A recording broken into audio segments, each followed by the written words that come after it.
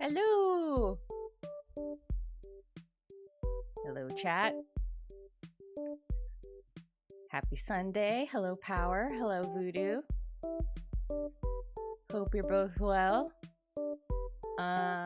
Today we're going to be doing some more still life painting.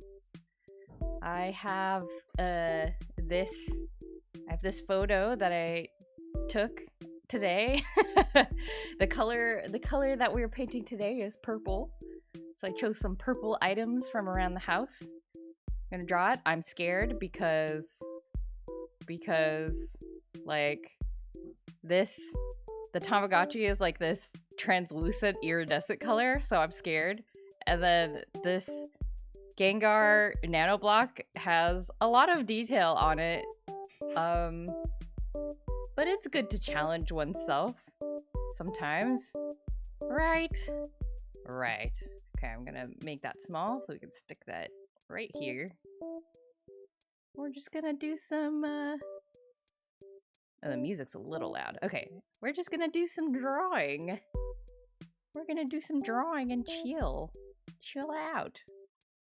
It's been a while since I think it was a couple weeks ago, because we've been doing the year in review deals, but now we are ready to come back to this.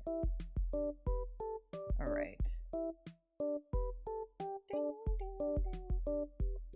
Interesting. Very interesting. Okay, so we will. Oh my god, I forgot how to do everything. Okay, so we're just gonna sketch out the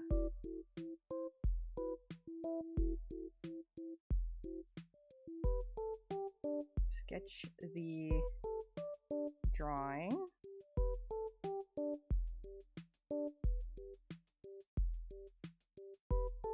That, and then we're gonna have a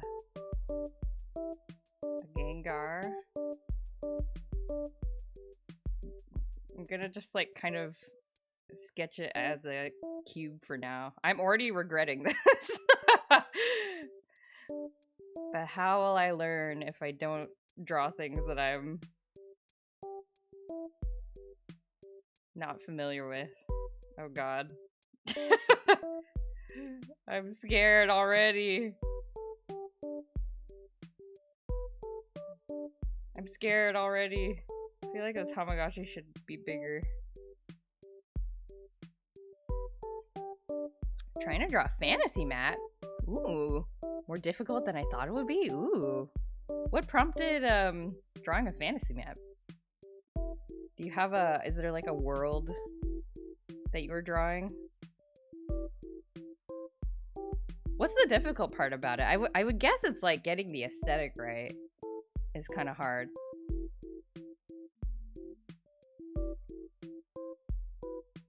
Because like you want to make it look hand-drawn, but like more cool looking than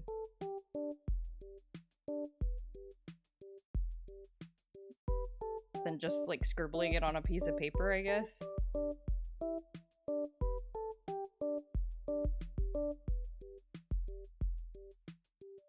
I feel like I drew a fantasy map or two for like book reports when I was a kid. I feel like that's like a common thing. Like I think I did a book report on The Hobbit, and then I think as part of that I drew a map, which was cool. Okay, not gonna focus too hard. Not gonna focus too hard on getting everything exactly right. We're gonna relax. We're gonna be chill. Oh no. I feel like I've ruined the proportions of this though. So we have a problem. Tamagotchi. Berkey Turkey, hello. Welcome in. We're doing some drawing. Hello.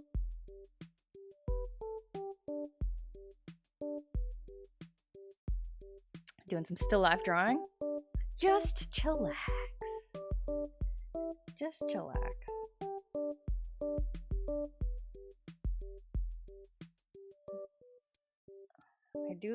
I do like still life drawings for this reason. Specifically. Oh, I am not succeeding at being okay with mistakes.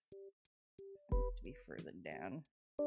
Like the axis of the Tamagotchi is like this. Yeah, that's Zelda music. Ah.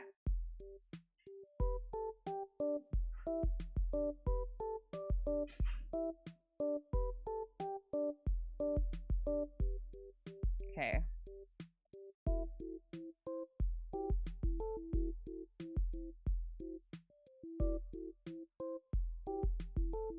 Ah!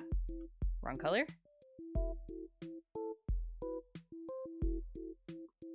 Okay. How the frick do I draw this Gengar? Why did I choose to draw this? Oh boy. Okay. Okay, we got... It's just cubes. It's just cubes. I'm not afraid of some cubes. Right, chat?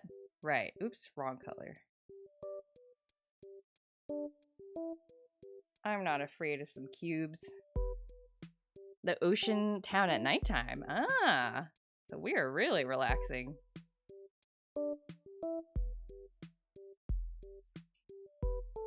Lots of blockiness to unblock the brain. Yes.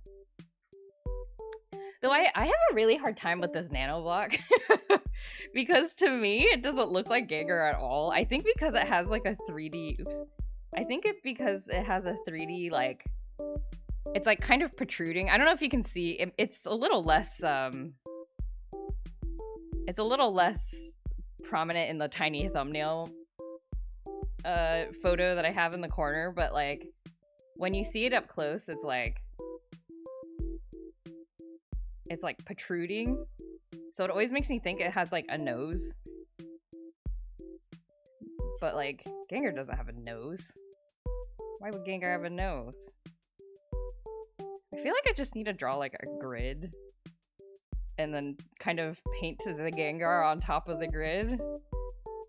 Maybe is what I need. Okay, we're just gonna do this. Gengar's gonna look abstract for a little while. Okay, we're drawing a Gengar grid. I think that's the best way to do this.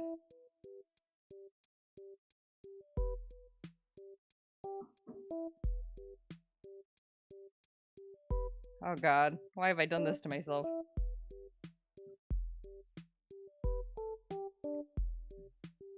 Gengar grid.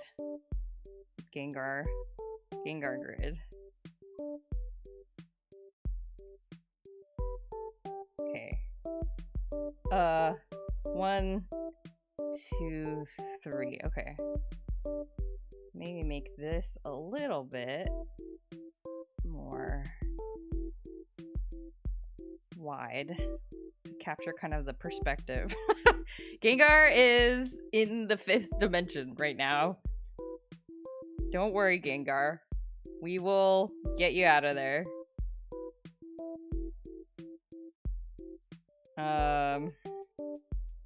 Okay. We'll carve Gengar out of the 5th dimension shortly. Okay, so that's that level. And then there's like... Ooh. There's there. And then a little further back, we got...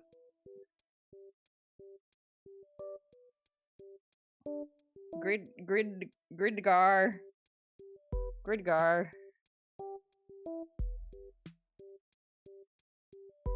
And then we have, like... The arms are like here. Okay. Ah, why did I do this? Oh my god. I don't know how to tackle the top of his head.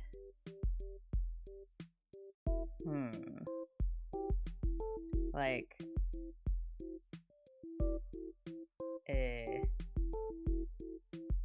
this is a problem. Should I just start laying down color and YOLO? Should I YOLO? Okay, shadow is here. And then arms are kind of like here. And then the ears are sort of... The ears are kind of parallel with the arms. Okay. That does not look like Gengar, but it's okay. Another weekend of heck, we try new things success. Aw, heck yeah. Are you talking about me attempting to paint this Gengar NANOBLOCK, or did you try something new that you succeeded at? Or I mean, you succeeded at trying something new, I should say. Both? Awesome! Heck yeah, we love that. Trying something new is like actually the coolest thing. Actually.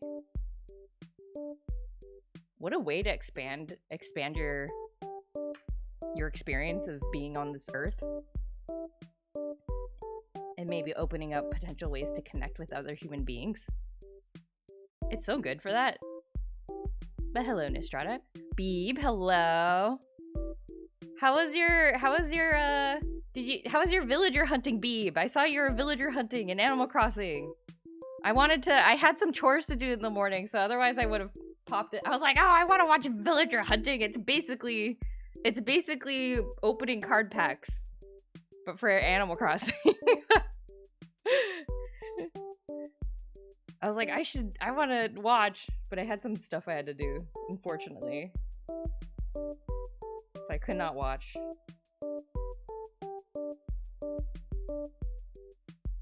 kind of purple? What kind of purple is Gengar here? Is he a sort of red purple or blue purple? Okay, so I'm just gonna go for it. Oh, I need to use my oil brush. What am I doing?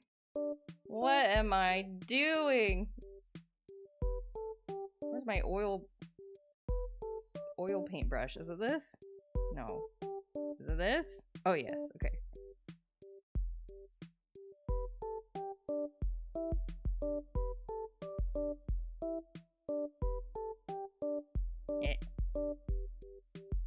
I'm like accidentally moving all my settings around. Okay. No, where's my square brush? I had like a proper square brush.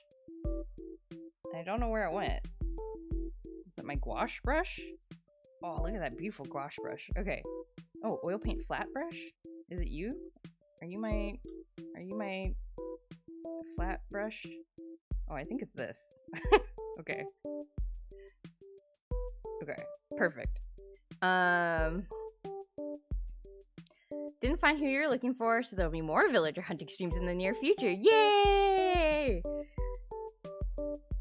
Pikmin shirt and Animal Crossing shirts on the Yeti. Ooh. Artist YouTuber I loosely follow is going to be at a free event. Decided to go. Turns out it was a really cool synthesizer digital instrument expo. I had no clue what anything was, spent a long time being anxious, and then decided to talk to booth people with a hi. I walked in here without knowing what's a synthesizer. What's going on at y'all's booth? I should have expected it, but everyone was super happy to explain what their instrument setup was and such. Oh, that's so cool! Ah, okay. Oh, so the YouTuber you were following... Oh, so it wasn't an event that they were setting out. It was just that they were going to be attending this event that was about synthesizers and such. Okay, that's cool. Wow. I bet you learned some cool stuff too. I mean, if people are passionate enough about a thing to go to an event and hang out there, like, you know they want to talk about it. I'm glad you decided to go up and talk to people. That is I am very impressed. I'm gonna try to paint in the shadows as I go, because otherwise I'm gonna lose track of the shading. We'll do all purple first. Well, that's awesome. I am impressed that you did that. Did you get to see the YouTuber that you were following, or was it more just kind of like, oh, they mentioned it, so I'll go check it out too because it sounds interesting, kind of thing?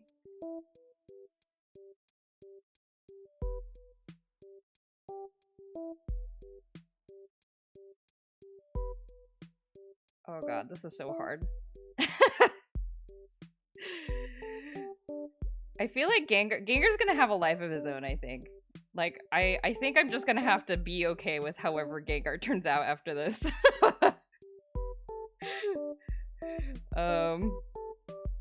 Want to find more events like this for cool nerds and practice talking to people about things I have zero clue about. Yeah! I think that's really nice. Actually, that's one thing that I try to do actually when I go to research conferences is I try to I don't know if anybody here has been to a research conference, but basically it is I mean, it's similar to like a convention. You go and you sit. It's if a convention was like all panels. So you go into like the panel room, and then you know, you're like oh, I painted it wrong. Okay. Oh, frick. But you know, I try to go to at least like one panel or like a set of talks where I don't know what the topic is, or like it's a topic that maybe I'm interested in personally, but I don't know what the like research is. And that's always fun. Like, you always find like interesting, cool stuff, and I think it's a good way to remember like there's very different ways knowledge is gained in the world, which I think very important to remember. Because I feel like a lot of researchers get really caught up in like, oh, well, this particular scientific method is like the only way you can find out a thing, and like this is like the exact metric that we should all be trying to optimize. And it's like, well, I mean, the world, not necessarily. There's other things that can happen. Oops. Look at this. I'm using color blocking to like try to give myself some sanity. Okay. It was Ben Jordan, and he had a booth running a sound experiment. Oh, okay. A sound experiment. Like kind of like when you say sound experiment, like a science fair sort of thing, like where you're like, here's like a thing where you can experiment with like, or like a museum exhibit sort of thing. Interesting. I want to go, but I'm not academia enough to know where or how to go to one. Unfortunately, I mean, you can just go. Like, nobody's gonna be like, the only thing stopping you is paying the amount of money you need to go in there. So, and usually it's like a couple $100, like at least a couple $100, depending on how big the conference is. But so they're not like, unfortunately, they're not like cheap to go to or anything like that. So if you're not like really into that particular field, or if you're not like in need of schmoozing with like people in that field, it's usually not financially worth it for most people. So I will say that. But it is like, you can just like you don't need to be like there's no test that you need to pass in order to be like academic enough to go in. You just need to pay the amount of money. And actually, like, a lot of these scientific conferences are like, they are like running at a deficit.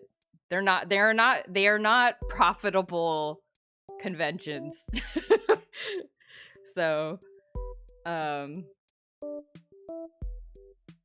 you know, it's not gonna be like super fancy or anything. Well, there's a couple that are super fancy, but depends on the field, I suppose, you're interested in. Yeah. I've heard actually there's an academic talk track at Anime Expo, and I was like, should I submit to the academic talk track at Anime Expo? Like, I don't know what I would submit. I was talking to somebody the other day, because they were like, oh yeah, when I was like, or they wrote a paper on Umineko when they were like in college with like a bunch of friends, and I was like inspired, and they were like, you should write a paper on it wasn't to Anime Expo. I think they actually like had it submitted to like a proper like games studies conference or something, but They're like, you should write one on Hatoful Boyfriend. I was like, I love Hatoful Boyfriend. I should write an academic paper on Hatoful Boyfriend. Would that be nonsense or what? I feel like I made Gengar kind of large. Oh god.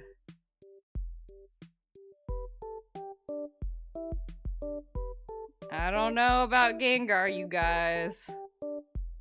Gengar's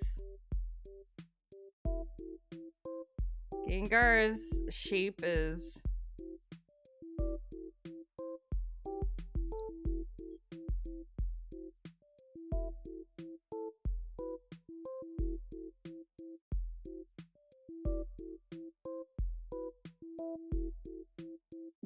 he looks like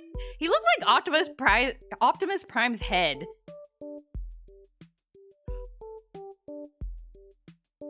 I want to see more presentations in the vibe of Ignoble or Sigbovic. I haven't heard of Sigbovic. What is that? What is Sigbovic?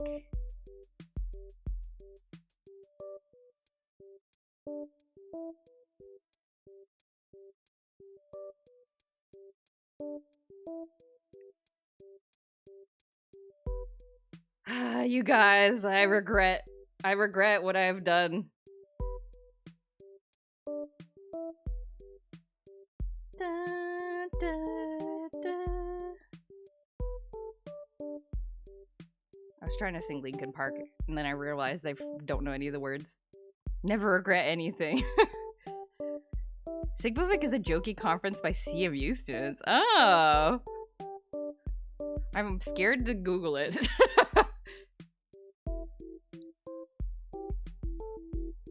I feel like though if like a non-student attended, it would be like a teacher coming over to like a professor showing up at like a student like an undergrad party. It'd be like really sus. I think I'm supposed to, because I'm no longer a student, I think I'm supposed to pretend it doesn't exist.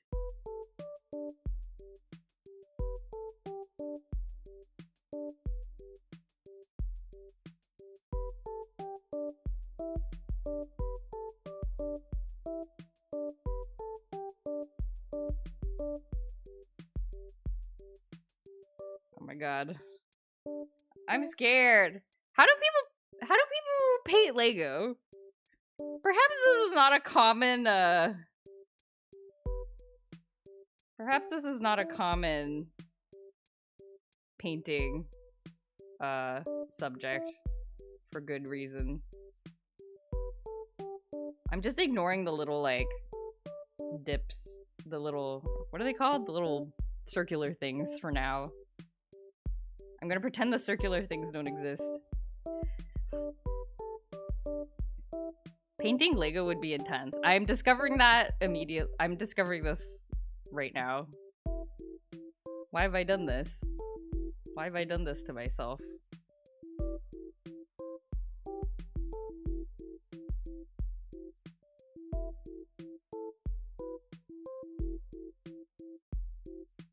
Oh god, okay.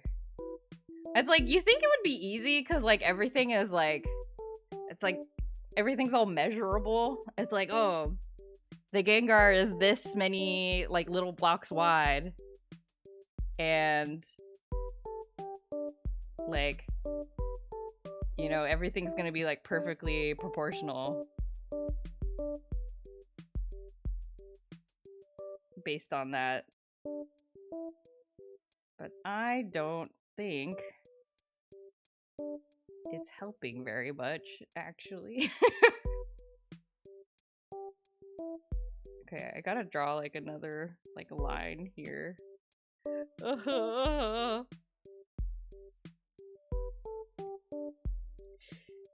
The top of the head is very difficult.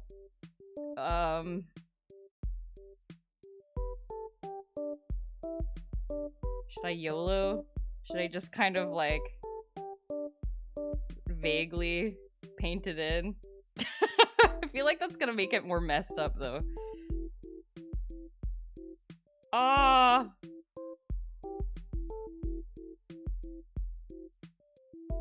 Like, I want it to look proportional. I don't know if I'm, like, being...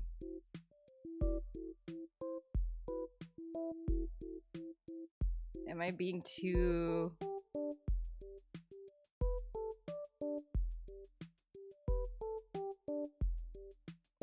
too picky about this?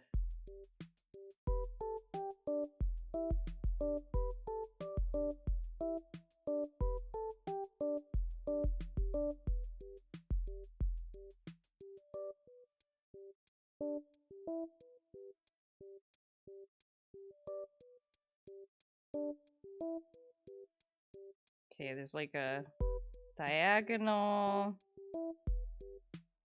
thing here, and then like a little nub here. So if I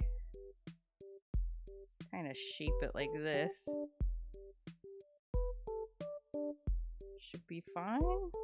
Something like that. Like that's like the top of the head, I guess.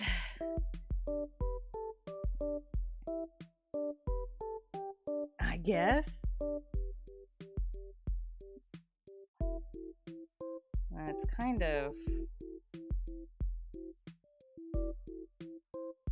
dark back here. Ooh, God. Okay.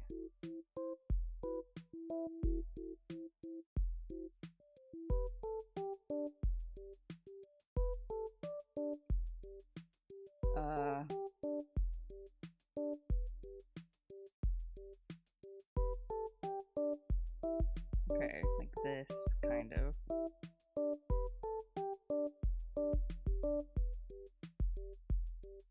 I mean, I guess it kind of looks like it. It does kind of look like it, so we'll just stick with it for now. Okay, and then we got like this row of blocks here, and then we have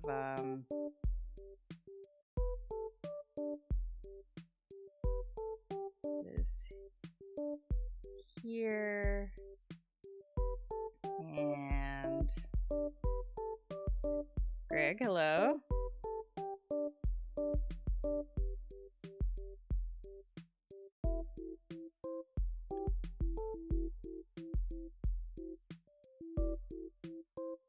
Ugh. Ugh. Ugh. Painting is suffering. I forgot you stream. I see a Tamagotchi. How strange. I know. What a surprise.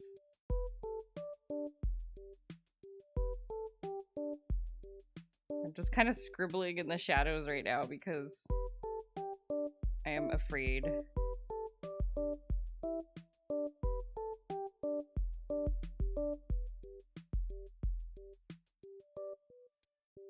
I think I need to make the angles more sharp. Perspective is... You've gotten really good at painting those Tamagotchis? Oh, thank you. It's very nice of you to say.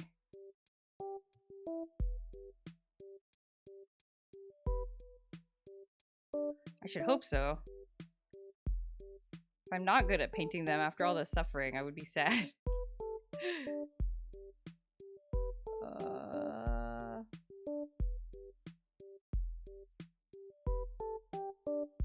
Okay.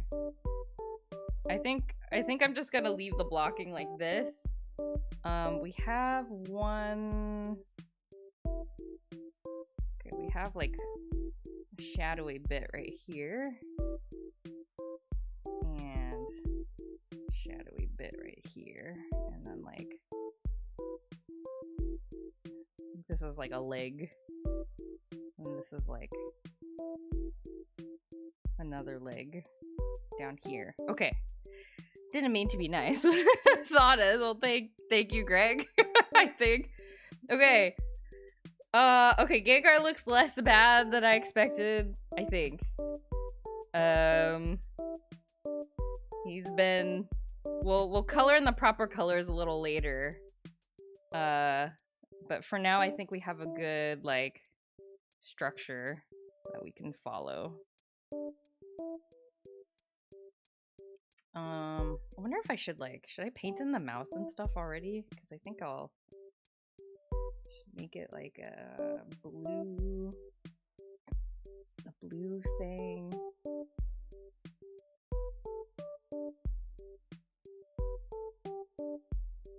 This. This. Okay, so here's his mouth.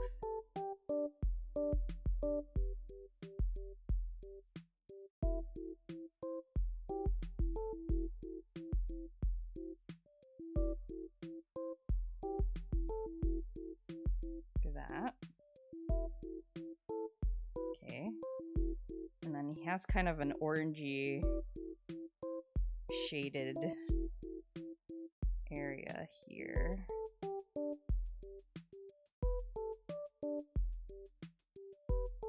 Like this. Not like this. Because of the shading. I don't know about you, but I hope there aren't any negative consequences for doing nothing but being on your computer for 20 years. Isn't that what we're all doing, though? So I would hope not. I hope not, because I feel like that's what we're all doing.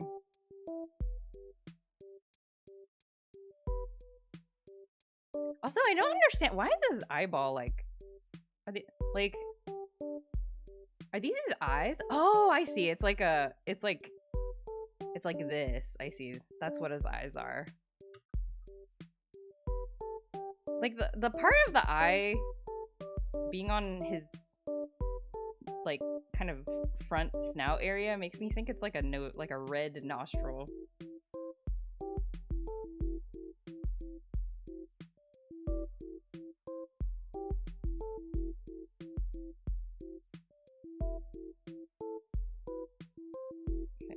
This, and then we got basically a blended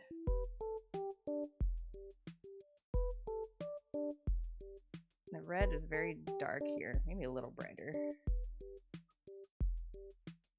That, yeah, red is very dark here, but we can still kind of see it.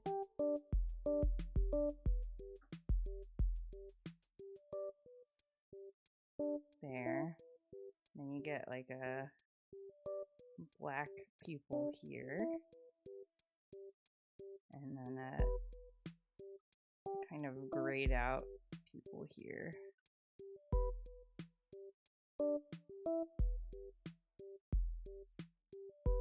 Okay. This looks ridiculous. It kind of works though. It kind of looks like it. I don't know. There is, if you don't stand up every so often, I found out. Oh yeah, Power has mentioned the health problems. Remember to get up and walk around.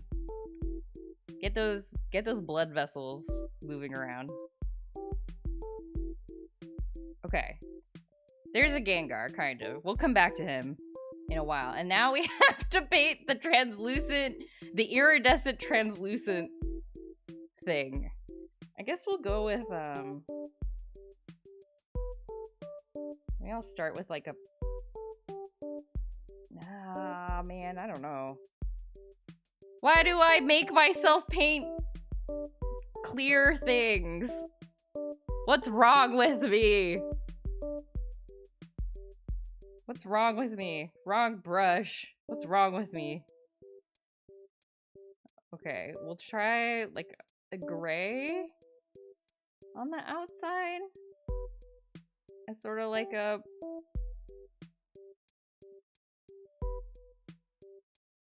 outline. This? I don't know.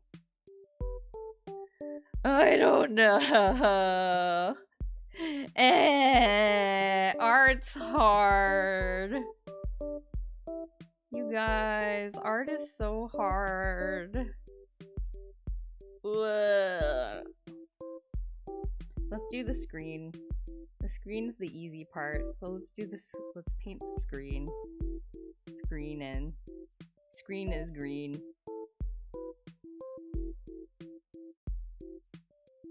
It's a challenge, and that is good. Yeah. I like to whine through challenges, though. I like to complain through challenges.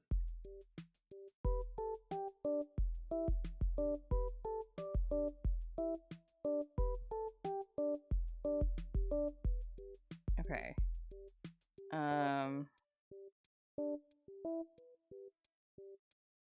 Screen is there. Have like a paint the just kind of paint roughly block in the side things.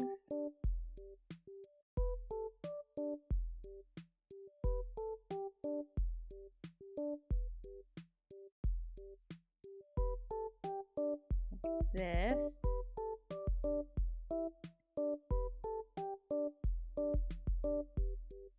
Okay.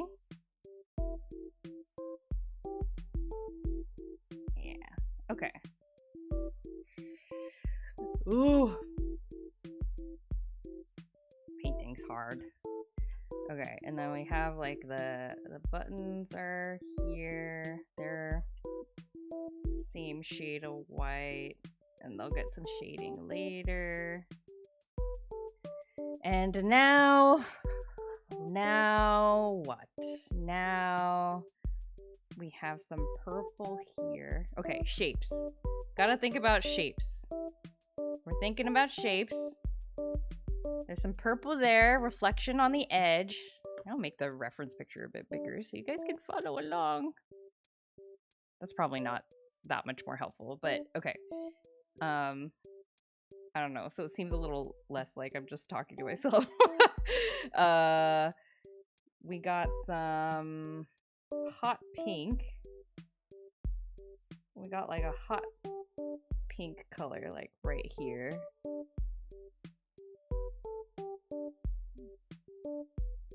Maybe just a little that. So there's kind of a hot pink area right there. And then like a light hot pink right here.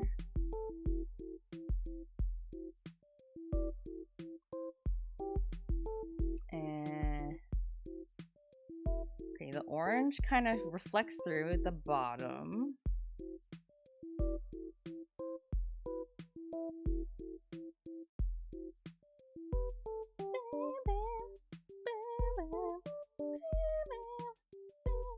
You guys do anything fun this weekend? We had some friends over to play Lorcana this weekend, which was fun. They had never played before.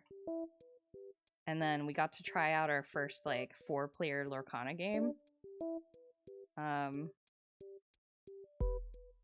Which was cool. Yeah, and the reactions from our friends was this was a lot more chill than Magic. And also it was like way closer. And we realized this because Lorcana doesn't have like healing, or I guess reverse healing. Like once you get a point, you can't take it away. Whereas in Magic, it's like, oh, like I brought this person down to 0 or down to like 1, and then they like heal. So then the game lasts forever. But Lorcana doesn't have that. It's like once you get your point, you got your point. That's probably gonna change in the future though. Heard the northeastern part of the country is having it rough because a polar vortex is going through? Oh my god. Somebody tell the polar vortex that America needs a break right now. It's not the right time, polar vortex, please.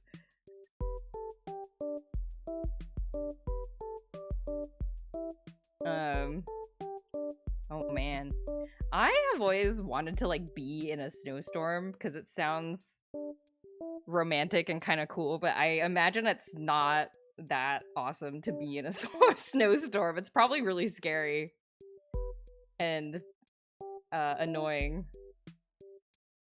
because then you have to like fix everything after it's gone through your neighborhood.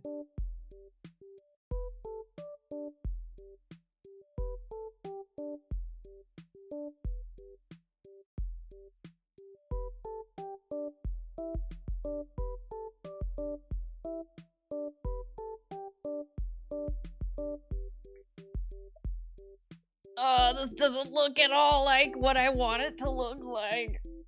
I'm scared. I'm scared.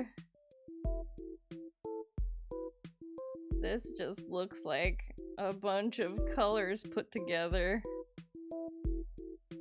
But what is a Tamagotchi if not a bunch of colors put together, I guess?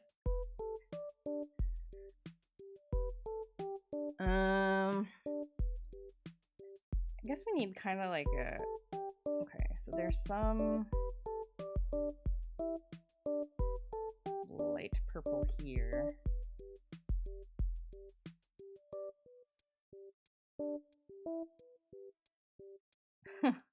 I don't know how to... I don't know how to draw this. This is so hard! Ah! Okay. I will be calm. I can do this. I can do this. Okay, so there's like a yellow highlight right here. So all I have to do is pay attention to the... All I have to do is pay attention to the shapes. Believe in the shapes. Believe in the heart of the cards. Reader Smoot, hello. Just drove 2 hours in an outlying part of the storm. Oh my gosh! That sounds very scary. Were you, was it scary? I have never lived in a place that gets a lot of snow. So it seems extremely scary to drive in snow. I don't know if I just feel that way because I live in a place where no one knows how to drive in snow, so when it happens, it's like horrifying. But maybe that's true in East Coast places too. Like, no one knows how to drive in snow there either.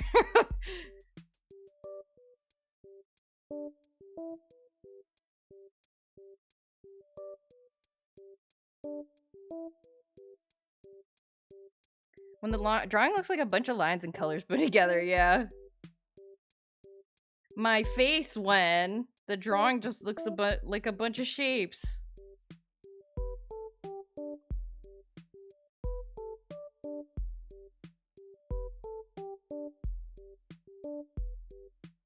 I don't know how to do this.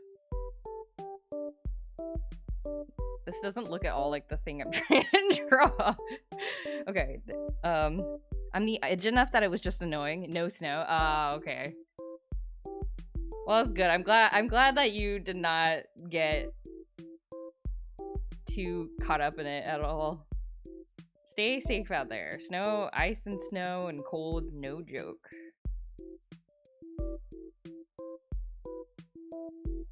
No joke.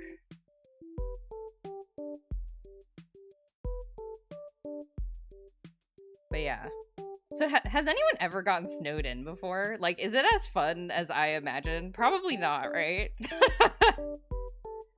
You're probably just like without electricity for a while.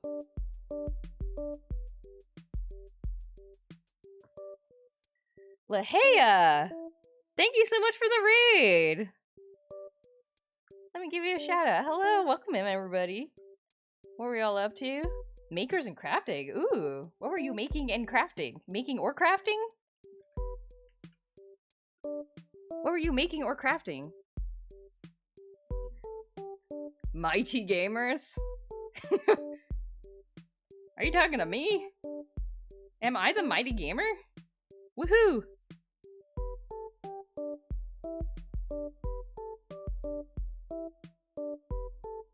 Gamers are super buff? Am I the super buff gamer? Yes! Yes! But yeah, welcome in. We're just doing some still life painting. I'm struggling because I have chosen the most difficult things on the planet to draw, apparently. One which is a NANOBLOCK figure of Gengar. Like, look at the grid I had to make for Gengar to make him, like, in perspective. And then I'm trying to draw this iridescent translucent Tamagotchi, and it is not going well. But we will prevail. We'll keep going. We'll keep blocking in colors and shapes until it starts to look like the thing we want it to. But that's what we're doing. Just having a chill painting time. Gamers, look at their swole fingers. Ah yes, you can always tell a gamer by their swole fingers. But you have to be careful not to get tricked, because you gotta make sure the muscly part of the finger is the swole part. Sometimes people try to trick you and say, I'm a gamer, look at my swole finger, and they like show you the biggest thumb you've ever seen, and you're like, whoa, that person must be a really big gamer. But it's not the thumb that is swole. It's the palm muscle. Don't be tricked. Watch out, everybody. I don't know why I said all that stuff just now. I apologize. Just wrapping present. Oh, okay. Wrapping presents in a cute way. All right, I can get into that. I hope you're doing Gucci. Thank you. I'm doing good. Yeah, just relaxing with some still life painting. Highly recommend still life painting, even if you don't consider yourself like a quote-unquote artist. Drawing something from observation is very meditative.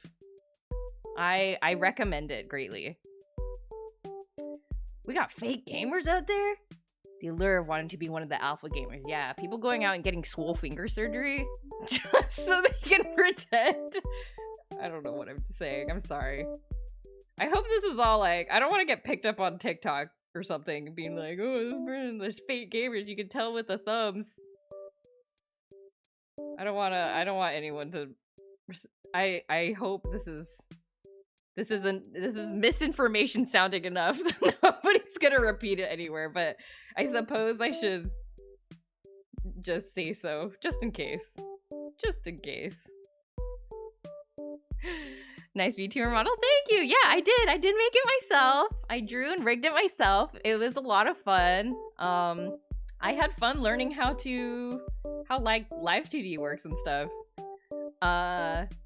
It's definitely a bit of like a learning curve, but like once you get it, you're like, ah, okay. And then it's like really awesome to be able to like make whatever changes you want to make, you know?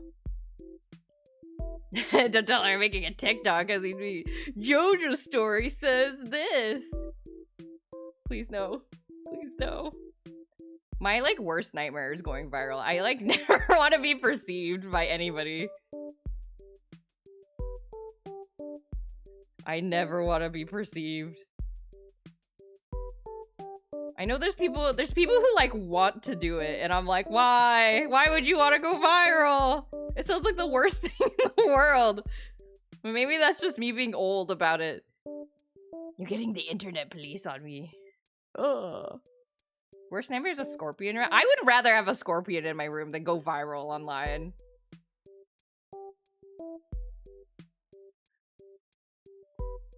Sounds like a ton of pressure and everyone judging. Exactly! Exactly! And then like I kind of get it if you're like a small business owner, you know? Like, okay, you want your product to go viral so you can like sell a lot, but like even then it's like, okay, well then, now that everybody knows about it, like you're gonna have like a bunch of counterfeits on the market, like you're gonna be like, I don't know, there's just like a whole bunch of other stuff to deal with. I don't know. It just seems very... I don't know if it's worth it. Is it worth it or not worth it? Scorpion can be pet. Exactly! Like, if you know how to treat a scorpion right, they can be your friend. They'll be your friend. Probably. You just gotta know how to treat a scorpion right. Venomous scorpion. That's okay. I accept all scorpions as friends.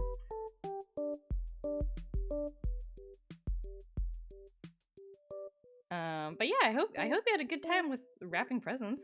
That sounds very relaxing as well. Free antidote. He doesn't want to be your friend. Oh, well then that's his choice, I suppose. I don't know how to draw, you guys. I'm sorry that you guys raided into a channel that doesn't know how to draw. This is so hard. Why did I do this? I thought I would challenge myself. It looks like I smoothied up a bunch of Neopets and put them in like a glass ball, which I guess is kind of interesting. It was fun, but not chill. My cats want my trash. Oh, but that sounds cute, though. I completely understand. I also have a cat. Though I don't know. I don't think I've ever like unwrapped presents around my cat, though. Like when my husband and I give each other presents, we just like give it to each other. We don't bother wrapping it. I don't know. I guess so. I guess sometimes my husband wraps it, but my cat is not super interested in well, he's never had a present like that big pile of wrapping paper to like jump into. Like he's never had that experience. Maybe I should provide that experience for him.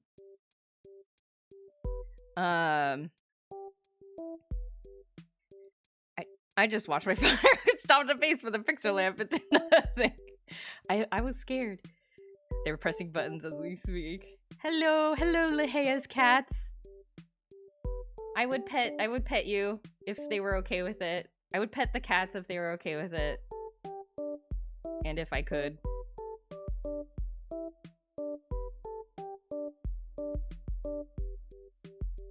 I feel like this pink color needs to be a bit more on the purple side. Yeah, like this. Maybe this. Like this. I actually thought Marble's name was Marvel for a long time. Oh, I see. I mean, that's an understandable misconception.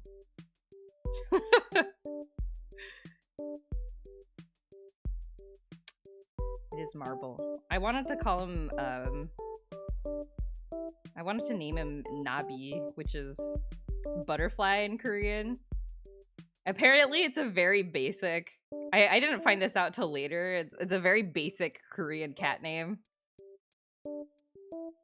Like, it's like naming your cat Whiskers in English.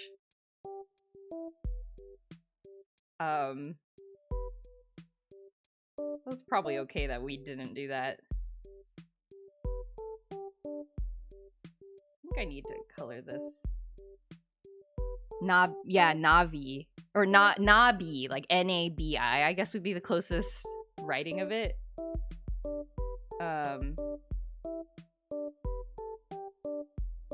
Nabi. It means butterfly. Navi is in the blue or no.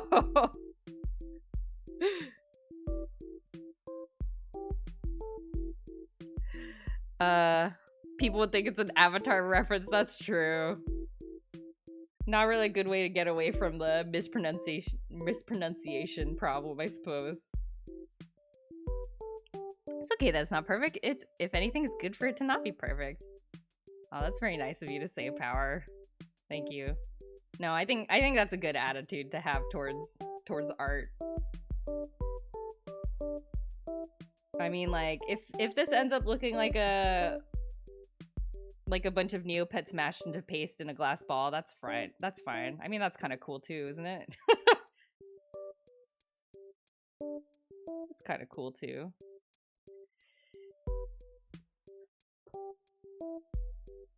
Yeah. Jesse, hello! Here to lurk? No problem. Thank you for the lurk.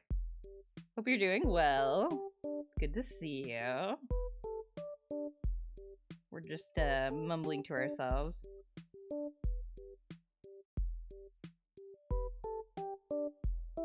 We're just mumbling to ourselves while trying to figure out how light and color works.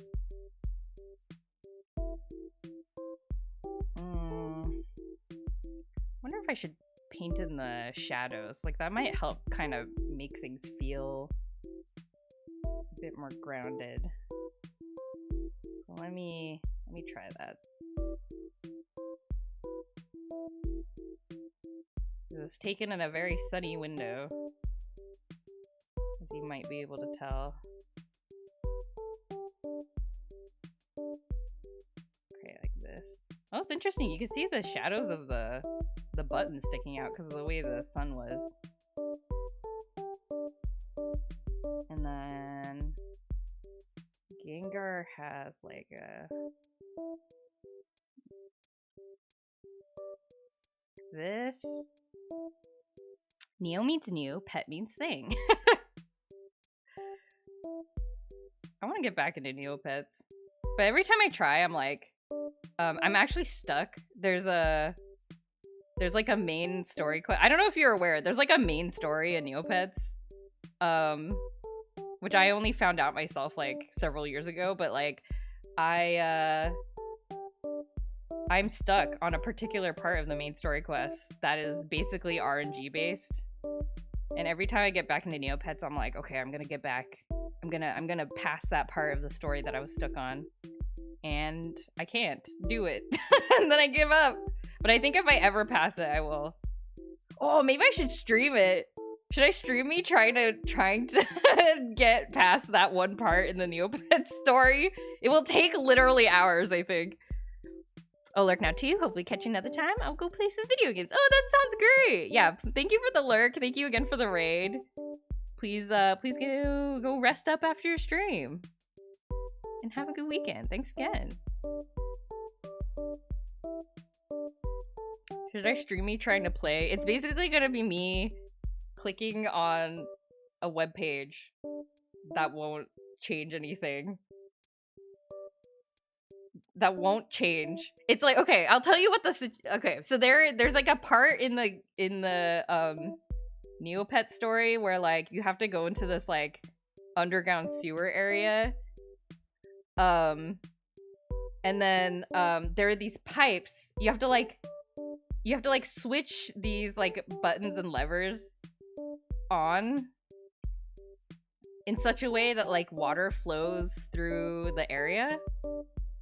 But there is no like there is no concrete. It's like people aren't sure like what the correct answer is or like how to induce the correct answer because it is as far as people can tell random. And so the walkthrough for this part of the game is like, or this part of the story is basically like, here is a list of all possible combos. Walk through the list and it should progress. Like, just try all combinations and it should progress at some point. And if it doesn't, try it again. Like that's the walkthrough. And so I spent some time trying to do that and I never got it to unlock. So it's just like, if I do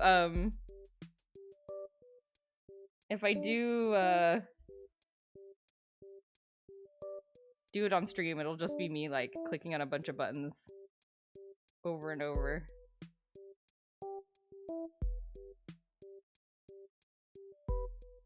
I'm almost done with the drawing except for the hair. Sometimes it can be the hardest part. Oh, but I love drawing hair though. So swishy. I have a hard time with like short hair. I've gotten a little better at it, but I'm pretty good with long hair because I have long hair myself, so I think I have a pretty good like, I'm like, okay, I understand how long hair works. But I don't understand how short hair works. Like, how does it stay upright? Like, how do you decide like what direction it's gonna go in? Okay, I don't know if I should have done this like shadow thingy, but that's fine. This is fine.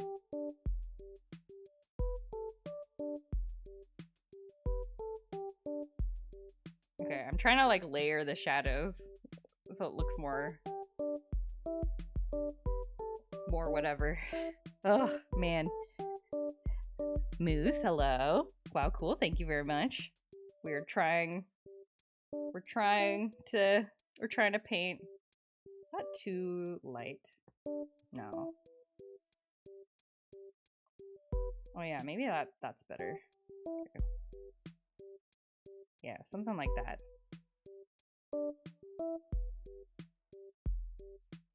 Ah! Which one is which?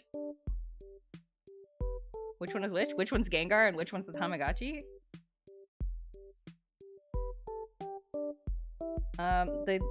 Well, the Tamagotchi doesn't really look like a Tamagotchi yet, unfortunately. But yeah, the top right is the Gengar.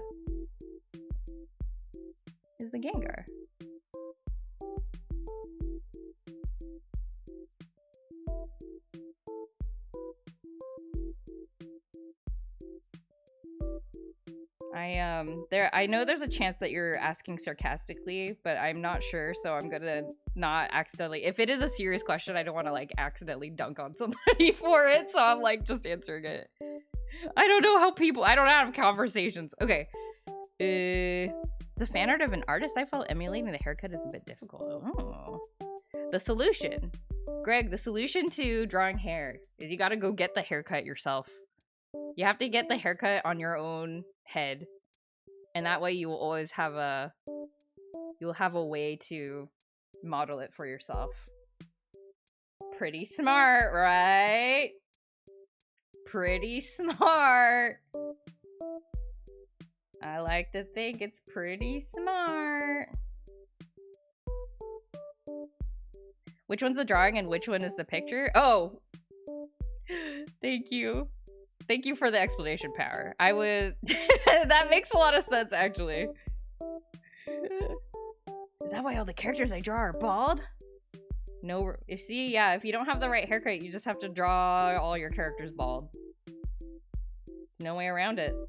Like, how are you supposed to even draw hair if you don't have the same haircut? Follow me for more terrible art tips.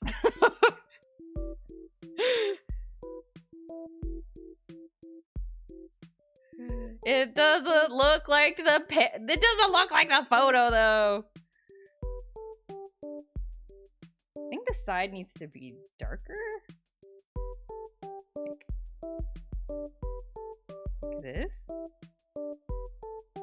Maybe?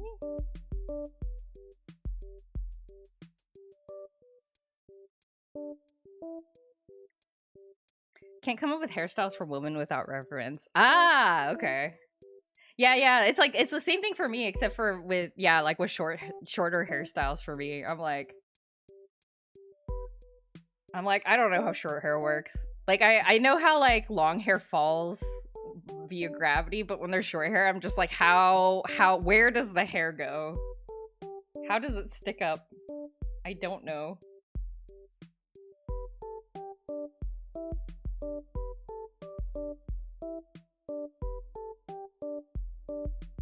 Okay, we're gonna trust the process. We have to trust the process and just kind of paint.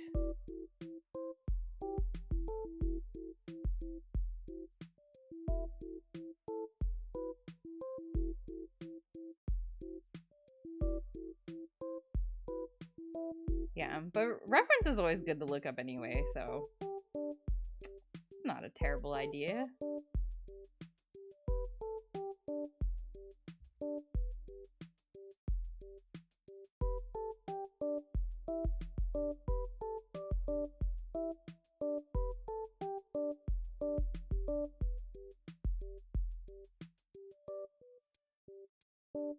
Pablo, hello. Hello.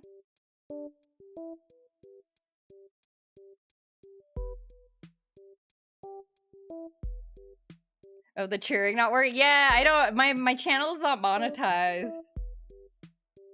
I actually don't know what cheering is. I've been on Twitch for like 3 years and I don't know what cheering is. I've never done it to anybody and I've never, and because my channel isn't monetized, I've never had it done to me. But your sentiments are noted. Your sentiments are noted. Guess you just missed on those juicy 100k bits. I sure did. It's okay. You can have the juicy bits for yourself. Yum yum yum. Yum yum cheer bits.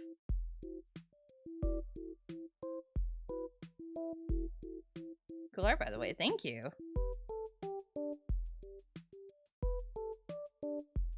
Oh, there's a shiny thing here. Thank you. I'm trying my best. I'm not sure I'm succeeding at the Tamagotchi, but we will try. Cheering is essentially giving money to people. 1 bit is equivalent to a cent. Ah, okay. Wow. Well, so what's the difference between like can't you just Oh, is cheering kind of like a super chat in YouTube? Like it's just like a way to give money without like gifting subs, I guess? Or like an alternate way? It came first though. Ah, okay. Okay. Yeah, I'm mostly familiar with YouTube. Apologies. I don't watch enough Twitch streamers. Interesting.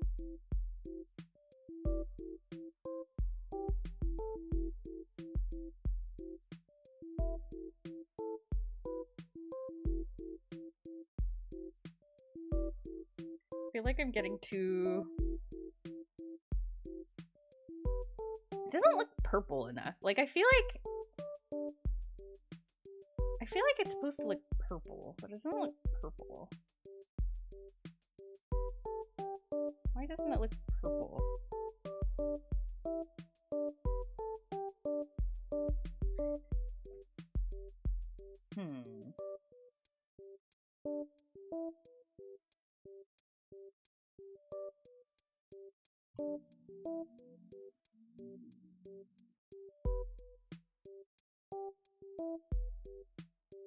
Okay, we'll just keep progressing. Keep progressing. There's that. We have like a little reflection here.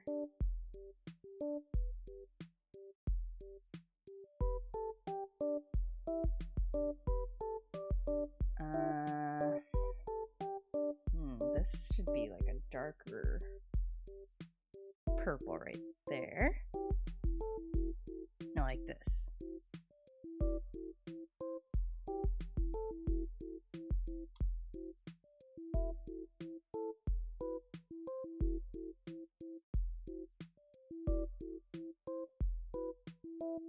How many pets so far? The number has not increased since I last reported. So I'm still at like, what, like 4? I'm still at 4. I'm sorry, I have no new pets to report. I actually saw like several dogs yesterday, but every time I thought about like going over to pet, ask if I can pet, like the owner was like crossing the street, like they were like walking away or something, and I was like, okay, never mind. So I saw there were several opportunities to pet a pet, but I did not take them, unfortunately. Were there an animal you wouldn't include as a distinction?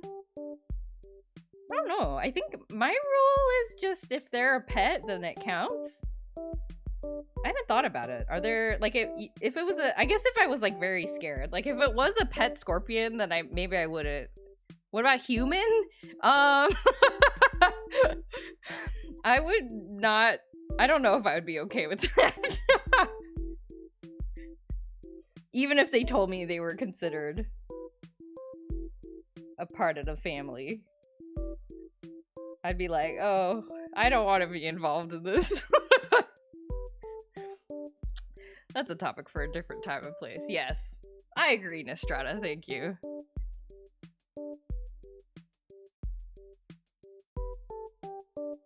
Imagine if you met Megumi Hashibara. I would be like, I'm sorry, Megumi Hashibara. I have to go before I post about this on social media. Goodbye. Goodbye, Megumi Hashibara. Well, that reminds me, while we're talking about hypothetical situations, I asked you be squeamish with most pet bugs. They say no one will believe you. That's okay. I don't need external validation. I think I could pet... I would pet bugs with a lot of reassurance. So like I know people keep like tarantulas as pets. And I think if they were like, oh, he won't jump on you. I'd be like, are you extra sure? And they're like, yes, I am very extra sure. I'm like, are you super extra sure that it won't jump on me? They'd be like, yes, he does not like jumping. I would be okay. I think I would. Like, if they were really reassuring me, I think I could do it. But yeah, I think like a scorpion? I don't know. I don't know about scorpion. No, I pet a hedgehog. I wouldn't pet a... I think I'd be more scared of a porcupine than a hedgehog. Like, a hedgehog, you can kind of... As long as you're petting them in the right direction, they're pretty, I think they're pretty nice to pet, I hear. A cactus? I used to have a cactus. It died. It died, but, I did prick myself on it, like, several times. So I have pet a cactus. I had a pet cactus. I have experience with pet cactus. Yeah, I think porcupine would be more scary because their quills can actually, like, come out. Hedgehog is okay. You have to be careful about how to pet a tarantula because some of them have irritating hairs on their body. Oh. I would hope that if, somebody I met had a irritating hair tarantula, they would warn me about it. Oh, before you pet the are you allergic to tarantulas? I don't know. Maybe? Are most people allergic to tarantulas? Yes. Okay. Then maybe I will not pet the tarantula.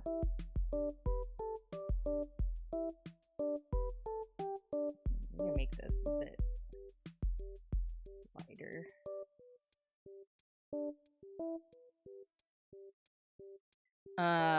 I was gonna say, while we're talking about hypothetical situations, I asked my husband what he would do if I became like a fortune teller. The reason I was well, actually, I'm realizing this is like hard to explain actually. The reason I was asking about this is because we were watching a Korean show where the hosts, like, it's a variety show, but the hosts were they met a like a shaman, like a Korean shaman. And the thing with Korean shamanism, actually, oh, this might be interesting. You guys like K-pop Demon Hunters, right? Like, this is what K-pop Demon Hunters is based off of. Korean shamanism, it's like a how do I explain it? I don't know. It's like Maya it's like the Faye family in Ace Attorney. It's like the woman in the family, like, shaman power is like passed down, like, maternally, I guess. And then what happens is, if you are like gifted with the spirit, is like you go through like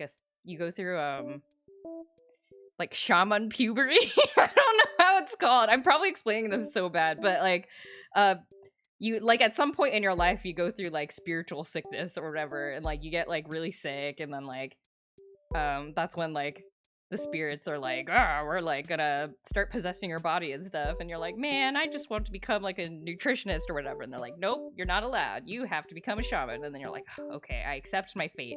So then you accept your fate.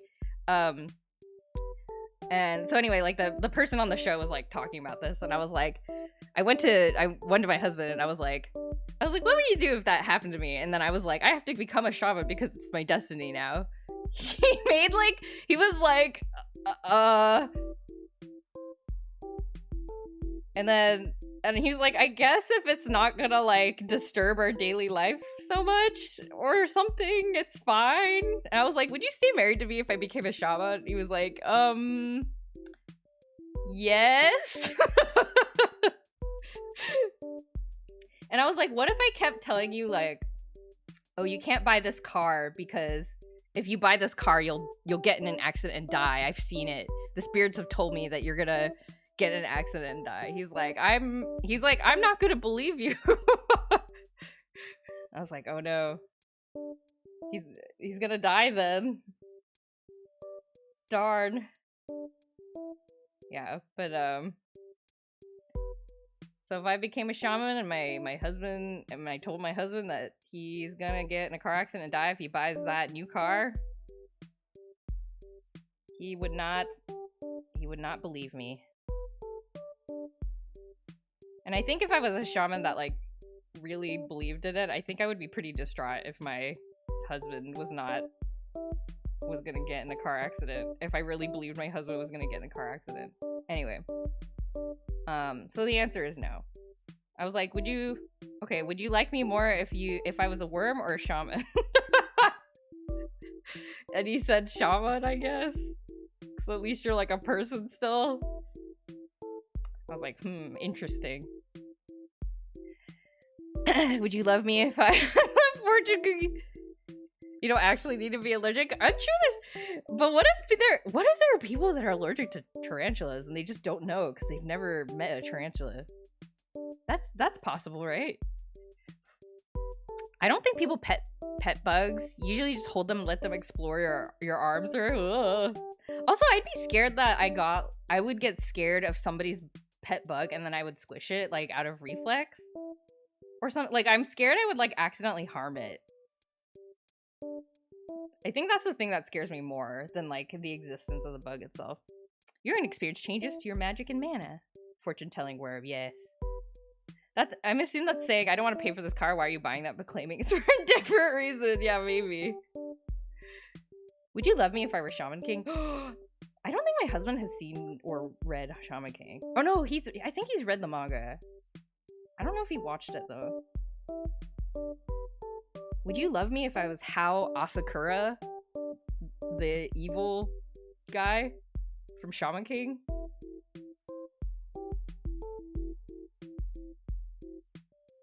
I mean, this looks a little better than it did before, but it still looks kind of orangey. Oh, I don't know, man. Okay, we'll keep going. We will prevail.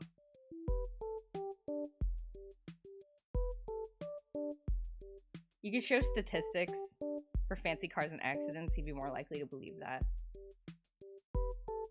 That's true. But isn't that less fun? I think so.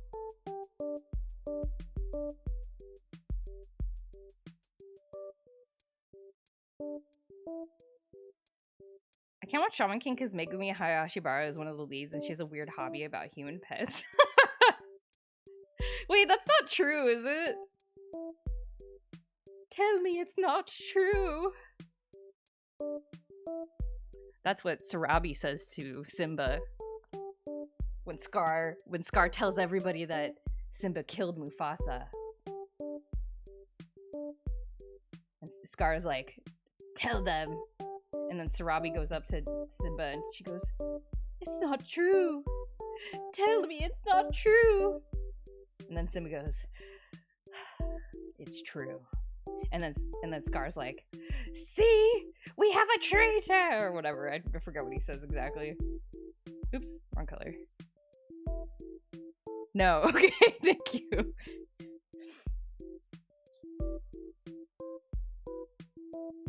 Maybe less fun for you, but more fun for your husband, who otherwise thinks you're going crazy and is gonna have to take care of you. Yeah, I think he would be worried about that, genuinely.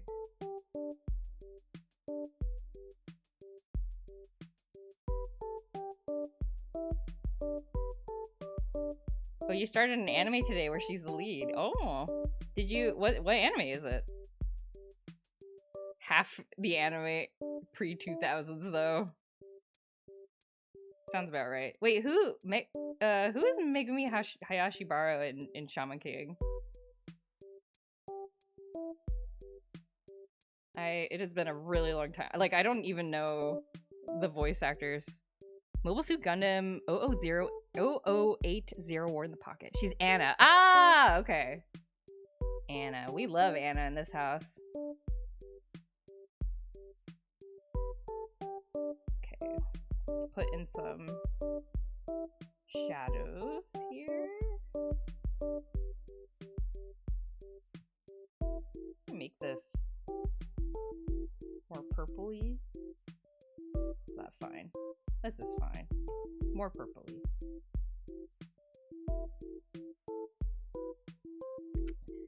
I imagine a significant portion of the shamans just have a mental health disorder. Yeah, I do kind of wonder if what the like scientific explanation for like, because in Korea it's like an indigenous religion thing.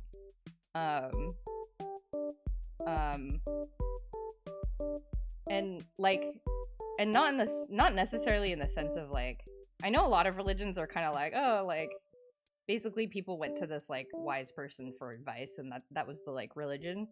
But in Korean shamanism there's like legitimate like, well, I mean I don't know about legitimate, but I mean the sense that it's like an official part of the experience is that it is like they get like possessed and stuff. And I kind of wonder like, and it's such a long running thing historically that like I think from a scientific point of view, I think it's fascinating to think about like how it has both, like, sure, it could be a mental delusion thing, but also it's been passed down as sort of this like cultural, like with like this very like, I guess what's the word? What's the word?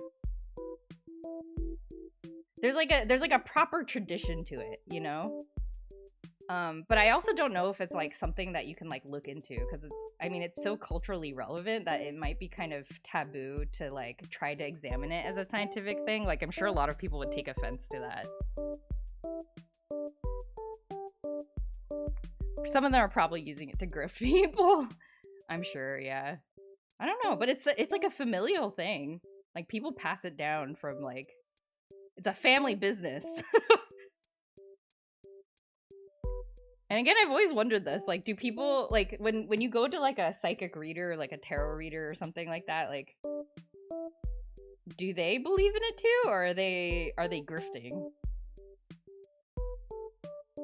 I don't know. I want to know. This is the most challenging photo to draw ever. Why do this? This would be I would give up so fast on this. That's why I'm distracting myself by talking about Korean shamanism. Most fortune tellers are absolutely grifting. I don't know. I want to know. I guess there's no way to ever know. I'm sure they keep that a secret from other like fellow fortune tellers as well, right? I'm just so curious.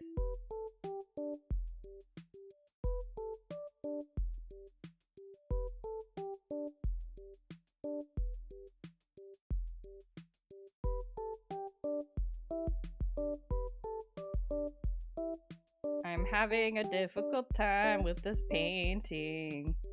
But I think painting in the light is helping.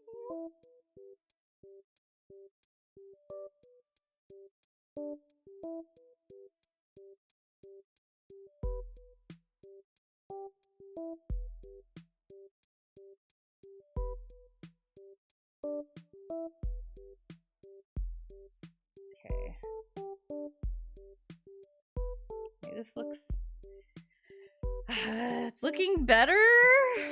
It's looking a little better. I gotta paint in some of the yellow.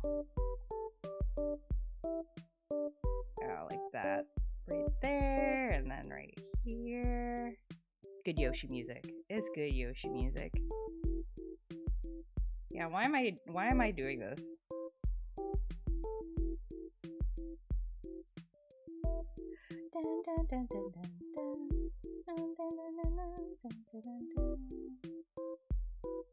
Looks great, Joy, but nailing the Gengar is gonna be challenged. I'm so scared of the Gengar! We're an hour and a half in!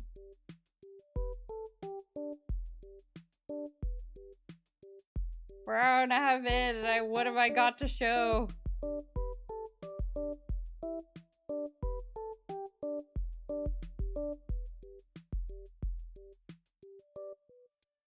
Is this, yeah, this is the beach, this is a beach playlist again. I just like the beach playlist all year round. Probably know less than 30 Pokemon by name. How many do you know by heart? Like, Pokemon? I wish I knew, okay. That would have been a perfect setup for me to launch into the full Poke Rap, but unfortunately I don't know it. I'm sad.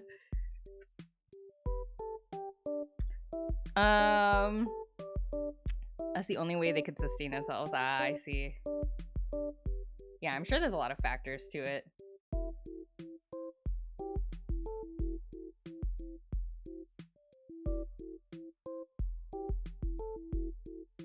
Okay.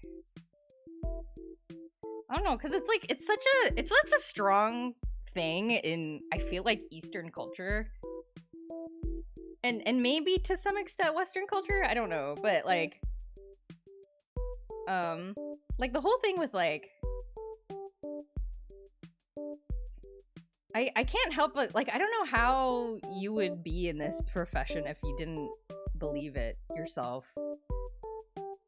But maybe I'm being naive about it. It's like the whole thing with like, you have like a baby and then you go to the naming person and they say like, oh, here's like a name for your baby because, and like or you know, like you change your name if you're not a baby, change your name to this name because it has like a lucky amount of strokes and it like works well with your like your like 5 element energy or something like that. And I always wonder like a significant amount of people I feel like make decisions based on stuff like that. Probably not a lot of people, but not like 0. And it has like very, unlike a lot of Western like magic stuff, like Eastern stuff has like a ton of history. And so I just wonder, like, is it like how much, okay, maybe this is my question, is like, how much is tradition and how much is belief, I guess. And I probably would have a better idea of this if I had actually grown up in an Asian country, but I have not, so I'm just speculating.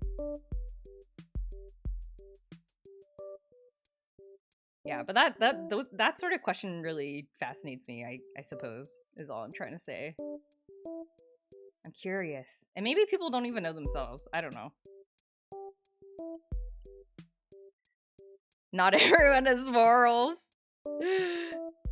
I want to believe. Hikari, hello, welcome. They themselves will probably not be quite sure. Yeah, that's kind of my hypothesis also. But it's also like, you can never know. Like you can interview people about this stuff and then like they'll tell you things, but there's absolutely no way to, like, when it comes to something about like beliefs or ways of knowing, like there's like never really any way to decide, like, to, I guess, decide whether you believe somebody, whether they're telling the truth about their own beliefs. Like, you just, like, there's no way to know. On a tangent, I learned that astrology was on its way out, where it was shameful to even mention you were interested. It was relatively only recently, like, astrology horoscopes came back into the public eye because a British newspaper was late to some British monarchy news. They skipped anything to have something in print. They turned it into horoscopes, and that's what started it in the public eye again. Oh, really? That's interesting. And then, so people had forgotten the shame around it. Like the taboo had like successfully expired in societies like like hive mind, and then people got interested in it again. That's kind of interesting. I feel that way about phone scammers. How can you live with yourself if you do? Yeah. I mean, I'm sure a lot of people just do it because they have to, or maybe they, like, I don't know.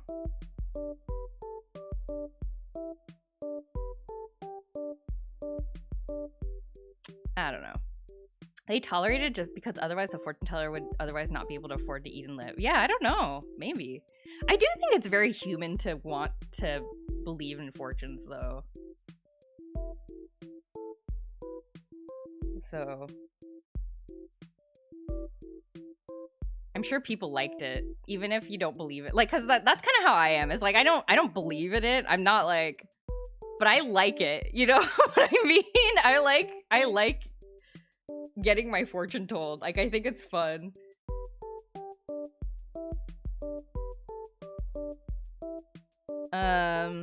Everybody wants to believe in something. I don't know why I said it saying that, like the Pokemon song.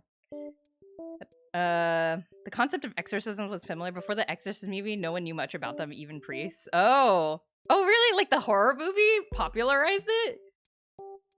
I guess I could believe that. I can believe that. Very interesting. I mean, it's like, I'm sure K-pop Demon Hunters is like making Korean kids like more interested in shamanism. I don't know. There's probably something like that. Growl Online! It's the video game Growl Online! Hello! Hey, welcome!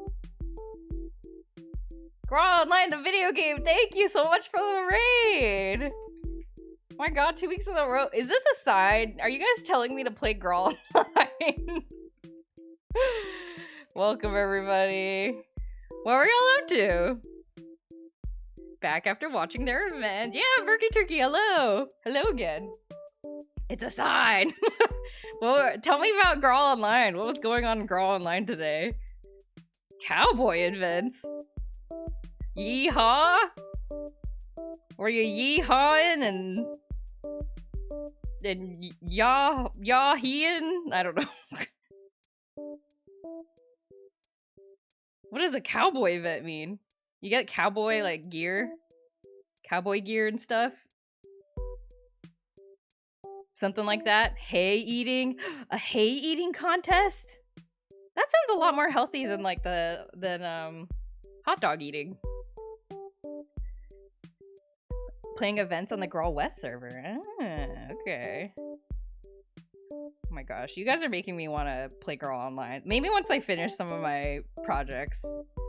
I can't. I'm like super deep in Cookie Run right now, actually, because of the New Year's events. Maybe once my obsession passes with Cookie Run Kingdom, I can start with Grawl Online. Math races?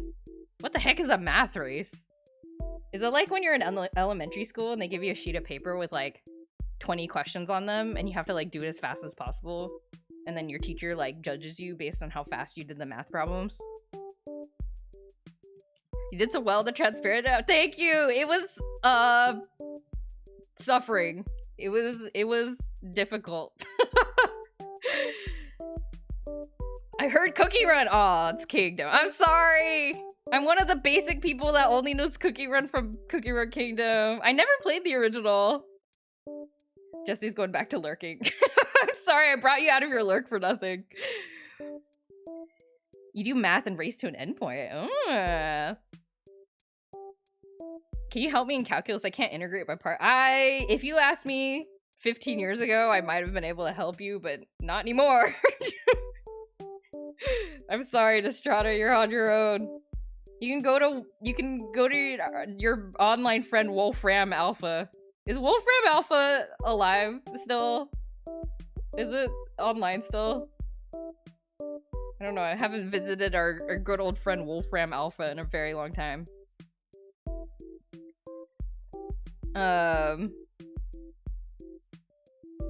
Yeah, the calculus days are over. It has been left behind.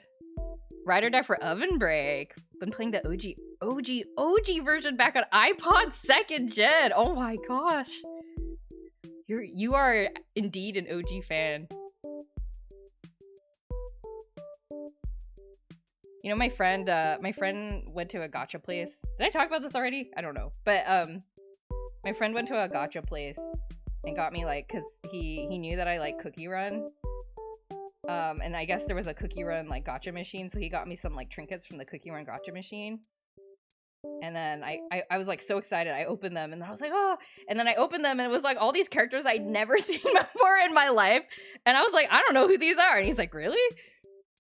And it turns out it's because it's from a completely different game, and they just have completely different characters for the different Cookie Run games, I guess.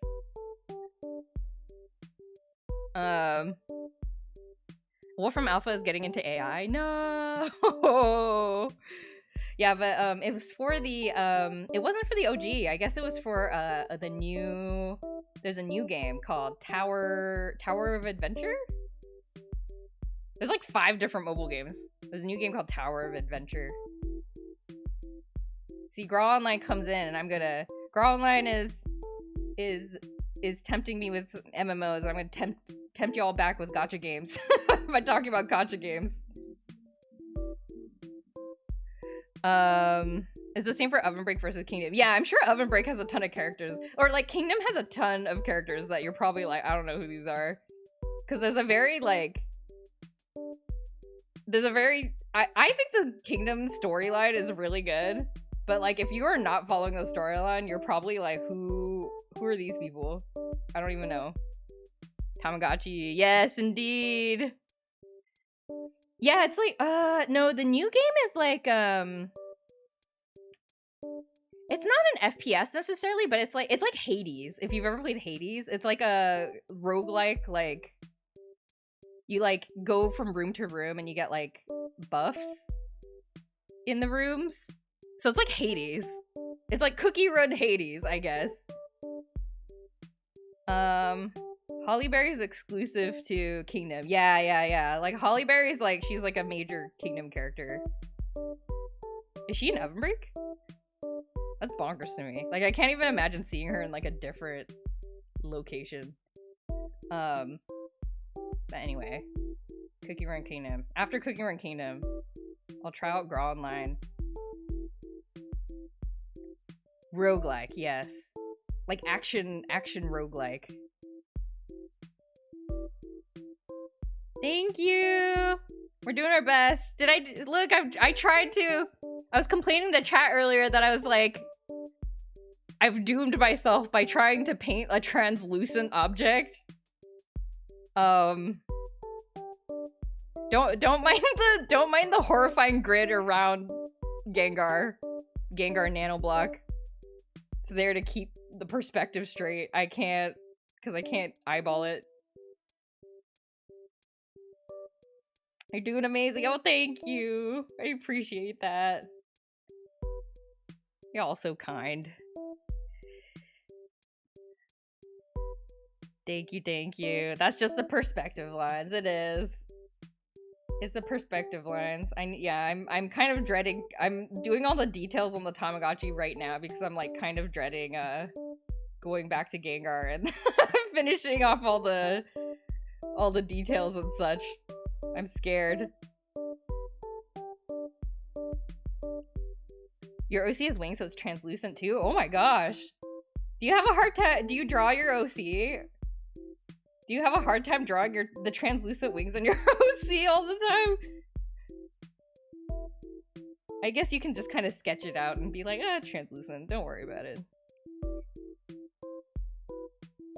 The Lego studs are dreadful. Yeah, I'm not looking forward to it, but I think I can just sort of suggest it with light and shadow, and maybe that'll be okay.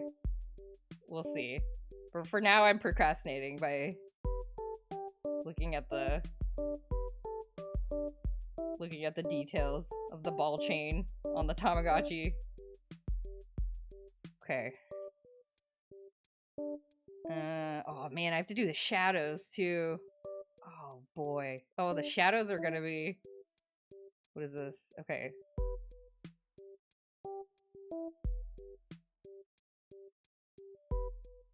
It's like, oh, the shadows are so hard.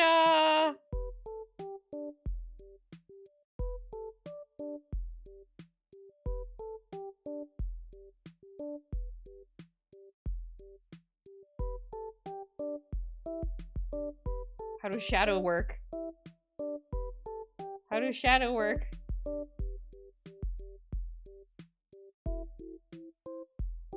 Okay. Outlining the shape of the shadows.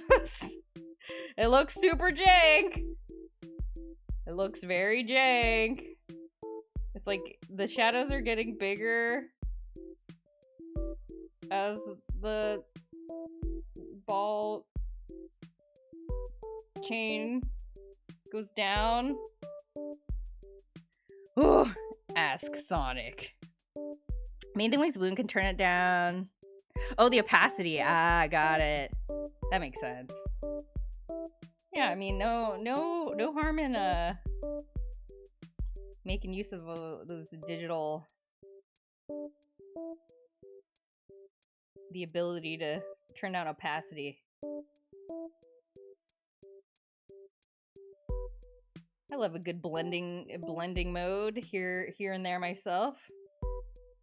Layer blending mode. Okay, let me just block these in. Oops. Does this look right? Kind of? Okay.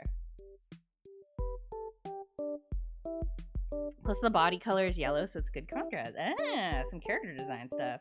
I've never been great at character design. I'm always very impressed with anybody who has an OC that they like designed or like iterate on. Because I'm like, how did you do that? How did you just like make up a character that looks cool? I can only draw fan art.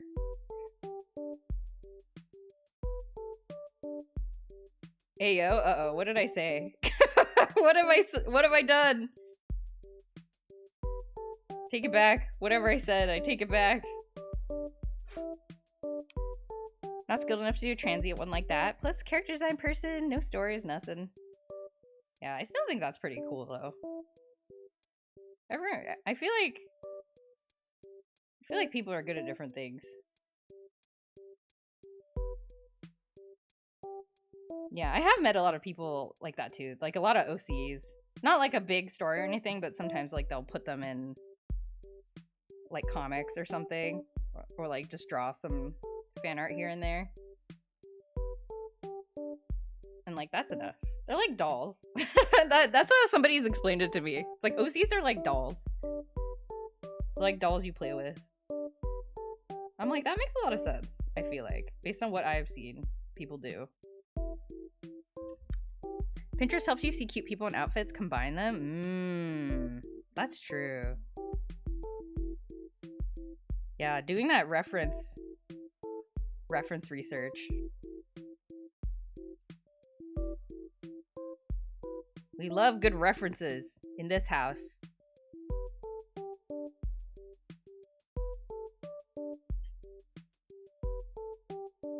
Okay.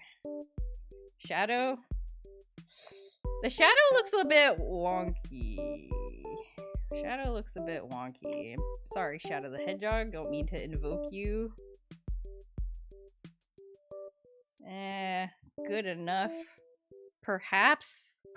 We'll take this outer shadow back. What did I miss? Not too much. I'm trying to draw the shadow of this ball chain thing. Wizmander! Hey! You can combine Sundays more often. Love the way you use color. Oh, thank you. Wait, that's actually really high praise. I'm like, cause I'm always the one, I'm like always looking at other artists and I'm like, oh man, I wish I could color like that. So for someone to say that to me is like very flattering. Thank you. Miss Much? Is there a Mr. Much? Ha ha ha. Ha ha ha ha. One of the black characters, so I have a pinned Pinterest full of black hairstyles, girls, and fits. Nice! That makes sense. Yeah, references, always good. Sometimes I hear people be like, oh, you know, everyone thinks that references are cheating, but I'm here to tell you it's not. And I'm like, wait, who thinks references are cheating? Who's been going around telling people references are cheating? That's not true. I'm using a reference right now. You can see it in the corner of my, well, not the corner, the middle of my screen. References are not cheating. I don't know who needs to hear this, but references are not cheating. Maori, hello. Welcome in. Everything good? Yeah, everything's good.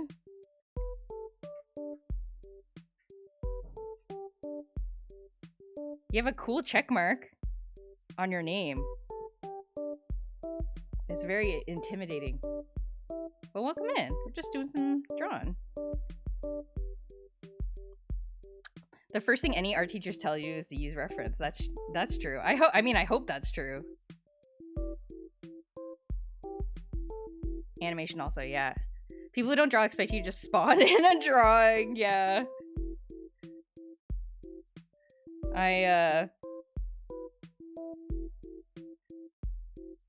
But it takes quite a bit of work. I mean, it's like even myself, I'm like my own biggest doubter. It's like art is like, you kind of just keep putting stuff down until it looks okay. But you have to do it, but like the more you know about like how to do it in a principled way, the easier time you'll have. Okay, now I'm gonna draw on the logo, and I'm scared because I'm gonna mess up my painting by drawing on top of it.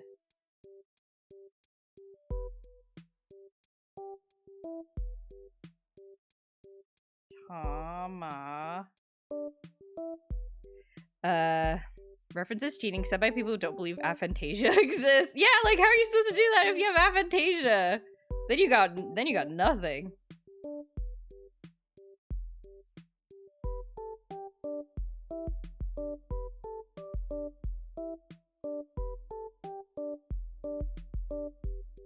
Oh, aphantasia? Oh, aphantasia is the thing, like, there's like a thing that went viral a long time ago, or not a long time ago. Was it last year? I don't even know. But like, there's that picture of like five versions of an apple.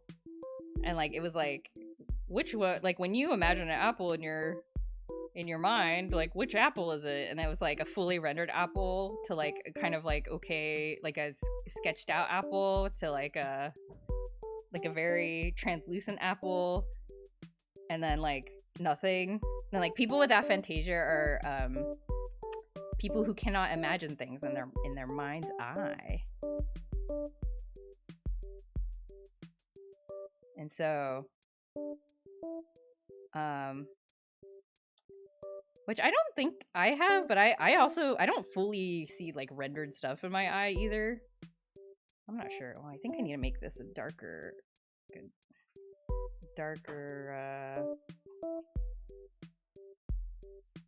color? This is fine. Maybe this is fine? Maybe this is fine.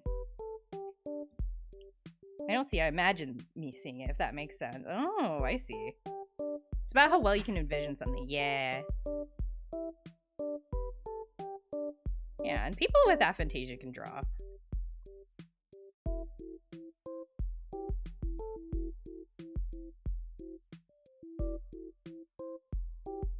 You just gotta use the reference. I feel like I'm ruining this by trying to put some...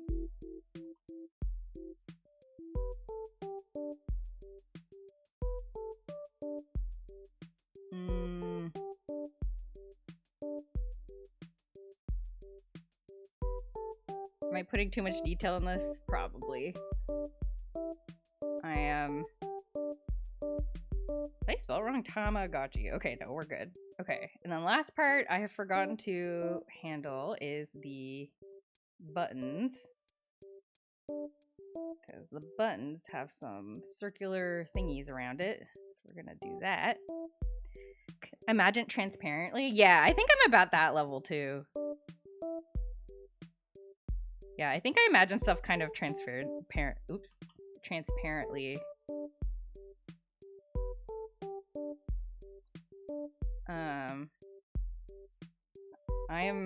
I am very, I can't even imagine what it would look like to see something fully rendered in my mind. I think that would scare me.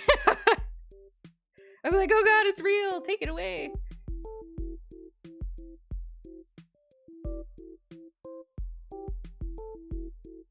Okay. How's that? Does it look like a transparent Tamagotchi? Kind of, right? I feel like I need to fix the shadow a bit.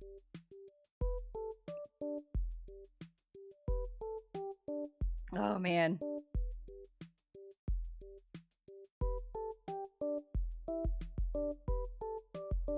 Oh my god.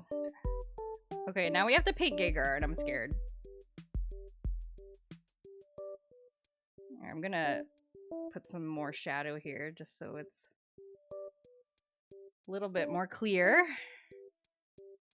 Fully rendered as numbers, really? Sort of like reverse synesthesia. The closer you're to aphantasia, the more likely you'll be an artist because you can realize what you envision easier. Ah.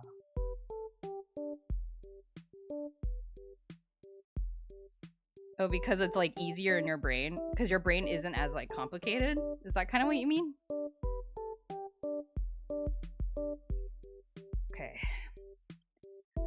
Okay, the Tamagotchi looks more like tie-dye than I expected it to look, but it's okay, I think. It's okay. Am I missing any shadows or anything? Maybe kind of over here. Oh, I forgot to put the highlights on the beads. Hold on. Looks great, thank you. It's stylized, which is cool, but you can definitely tell what it is. Okay, that's good. Yay. Okay, I need to put in the... Forgot to put in the shinies on the metal.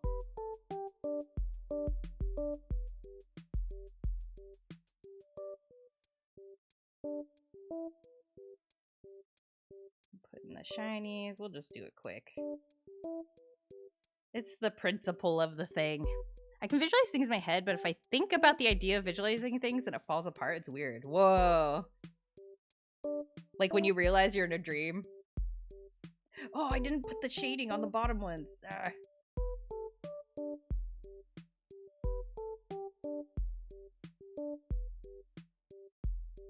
Okay, like this.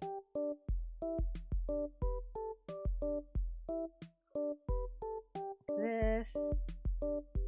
As in, if you picture something super high detail, you get discouraged when you try to draw it. It looks nothing like you imagined, but the feeling is less if your imagined version is lower quality. Got it.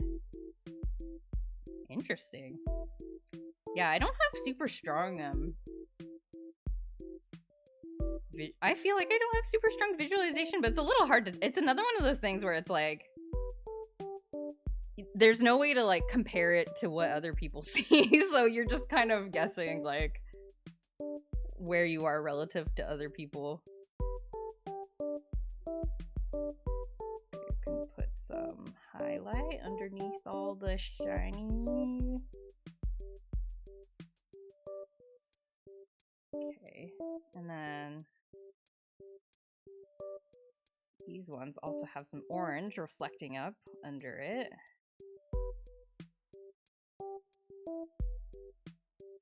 Makes it sit on the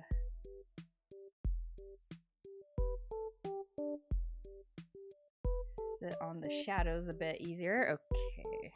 Okay, so that looks a bit more, that looks better. Cool. Okay, we're gonna go back to Gengar now. Oh god, poor Gengar. Oh, Gengar. What am I gonna do with you? Gengar, what am I gonna do with you? I think I should try not to draw all the like lines, right? Like I think I'm just gonna try to draw the highlights where the highlights are and then just kind of leave it like that. maybe. Okay, this side of Gengar is a little darker, so I'm going to change this because this is more in shadow. So we're gonna start big and then go in for the details later. We're just gonna start with the front facing. We'll start with all the planes first. Perspective planes. You can picture stuff fully very easily. Oh, really? Oh, okay. I remember locations of video games just by looking at it. Sometimes I see a video game I used to play and the images and information just chain reacts. Ah, okay. So you have a very like strong like visual well, I guess memory, but also like the ability to like conjure up the visuals, I guess.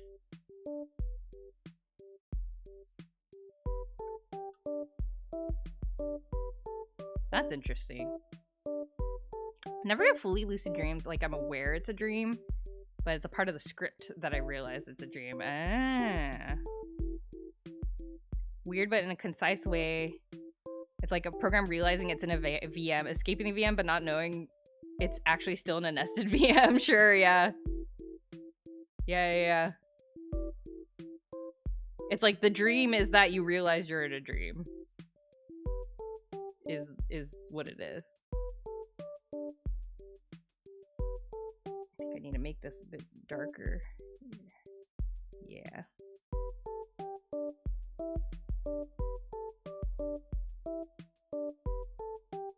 I just see void when sleeping. I used to see small clips of what would happen in the future. Whoa, no way! Whoa. That's cool. Did it ever come out handy?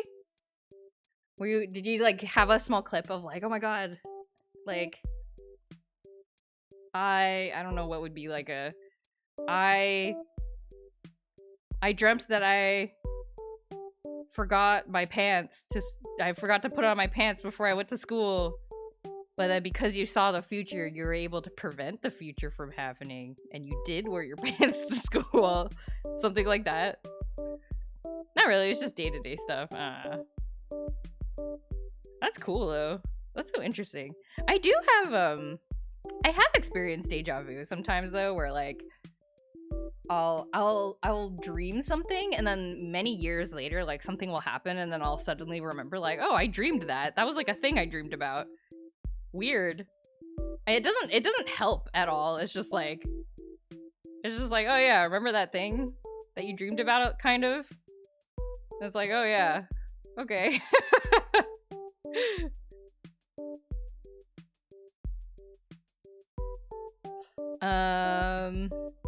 True lucid dreaming requires some preparation. Actively try. Close I got to is constantly look at my hands or clock and see if it's different. Yeah. Yep, that's the way to do it.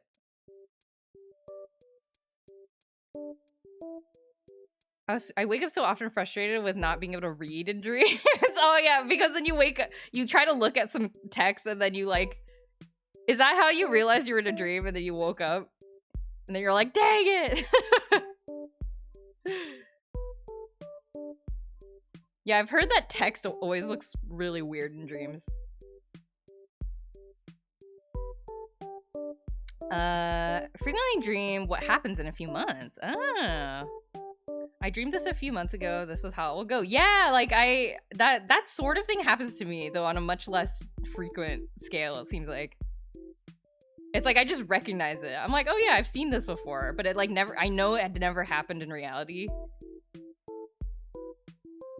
So I'm like, I remember seeing this in a dream. Not that it's helpful. Creative boundaries you set on your mental state. Yeah. The human brain is weird. Wishing I had realized in the dream it was a dream so I could avoid that frustration. Oh no, that's really frustrating.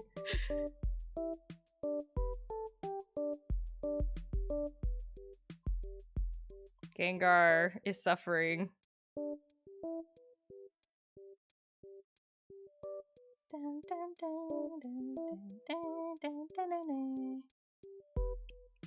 I realized I dreamed a few months ago, and this is how it goes. Even though in theory I didn't know that other than having already had the dream. It's wild. Whoa. Huh, interesting.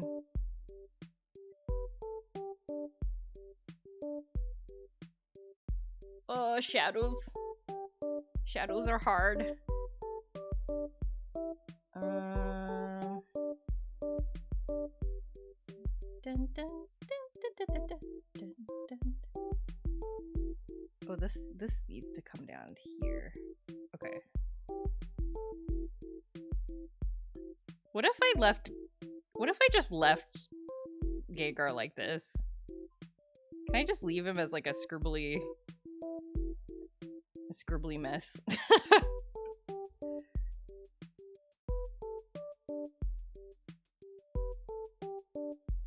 I mean, he's like kind of good enough, right?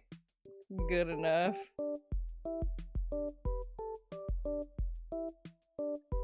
Wouldn't say I'm speaking mentally healthy, but yeah. Well, I mean, dream stuff is, I don't know.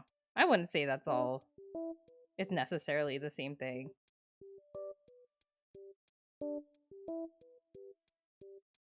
Yeah, but oh, actually, I should say in the show that I was watching, it turned out that the shaman that the cast met was actually it was actually a fake. And it's a show about trying to figure out whether like a place is like a fake business or not. And it turns out this was the fake business, and what they did was so they basically hired an actress to pretend to be a shaman, and they helped her out. Like they gave her some information about like, oh, these are some things that the cast members are like into right now, or some like secrets that they have that like you could like bring up and they'll be like shocked about it. And then she also met with like real shamans and was like taking notes. Like they like helped her like, oh, this is like how you're supposed to act, and like this is like the kind of thing that you would do normally. And then like she took a lot of notes. And then and so then yeah, and so she like prepared for like months to like fool these people for the show.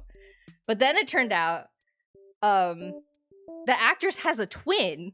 So then what they did was that both actresses were actually preparing, and then what they would switch, like they would switch places so that like if something was happening in one room, and then and then the group split up. So like one part of the group was like talking about something that like the shaman lady like supposedly would never like she would not be able to know because she was like in a different room. But because they were twins, like they set it up so that like one of the twins knew what was going on. So then they would switch, and then the actress would be like, one of the twin actresses would be like, oh, by the way, you shouldn't touch the stuff on the altar and stuff like that. And then they were like, oh.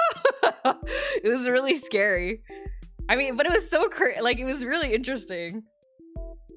As a viewer too, like, I mean, this is just good editing. It's like, as a viewer too, like, I was also shocked because I was like, they set up because when they reveal the trick, they show like, oh yeah, we hired an actress and we, did all this stuff, and then, you're like, oh my gosh, like they prepared so much, but then you only see one actress like in all the clips and stuff of like the person preparing, and then it's finally revealed that there were actually two of them, and like everyone's shocked at the same time.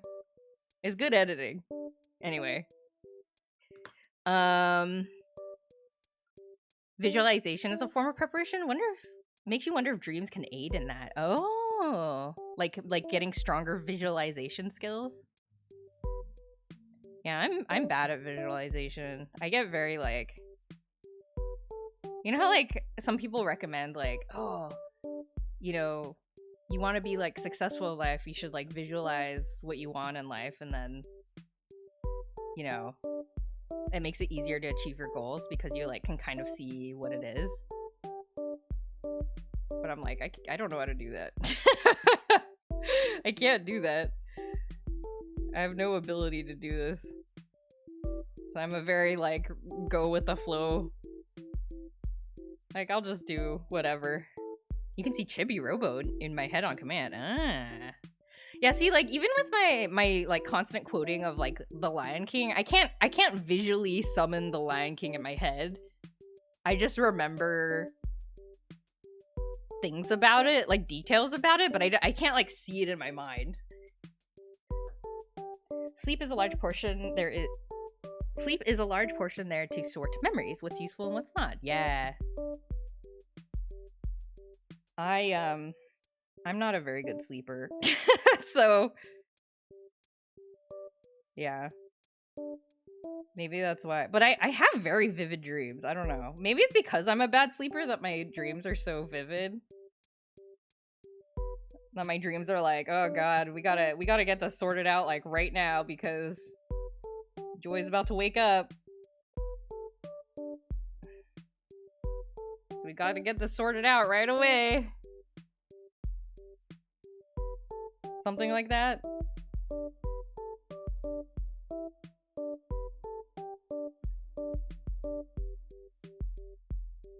Maybe.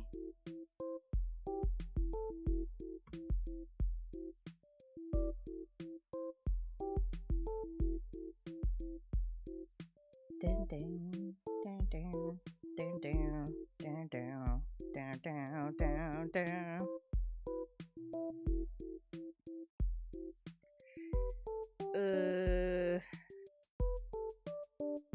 Okay.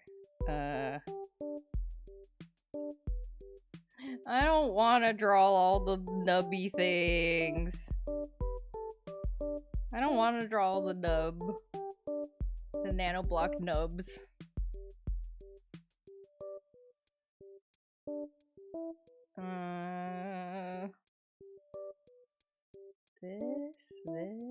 This.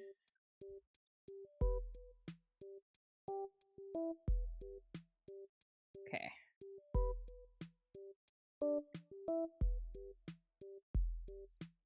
Make sure the shadows are okay.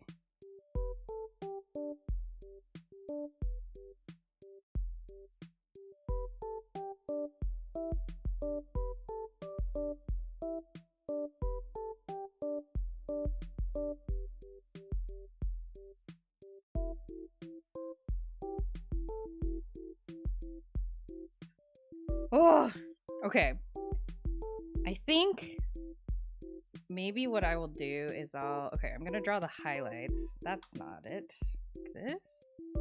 There's kind of like an orangey highlight on the right edge of all the edges of Gengar.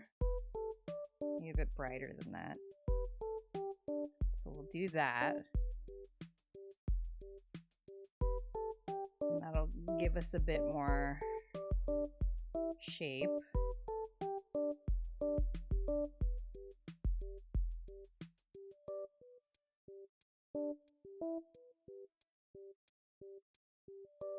Okay.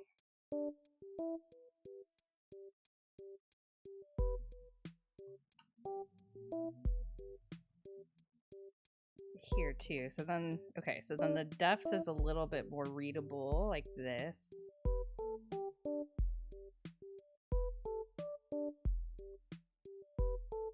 Something like that. Yeah. Okay.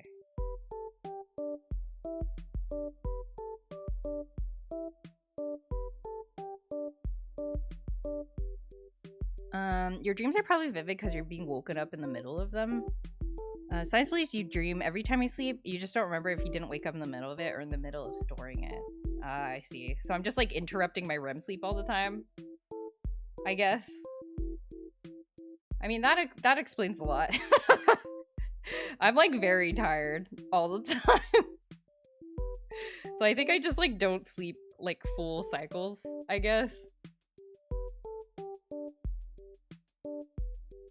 I don't know how to fix that though. Maybe it's just like I need to sleep earlier. But I don't want to do that. I want to stay up and I want to play video games.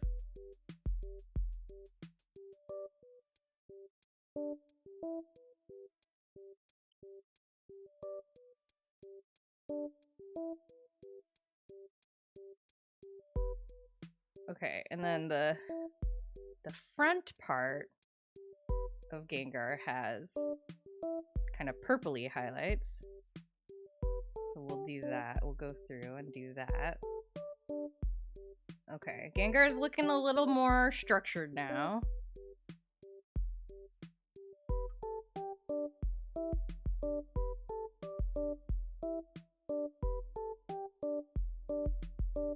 Gengar's got some structure now.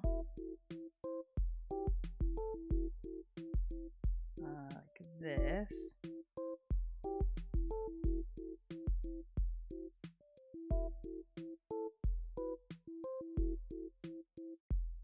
Science is useful because it teaches you how and why you're ruining your sleep and exactly how the stress you cannot control is shortening your life.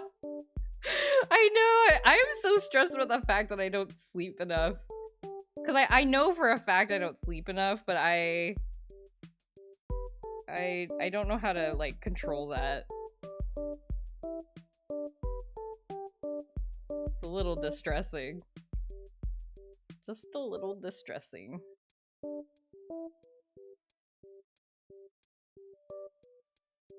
Oops. This.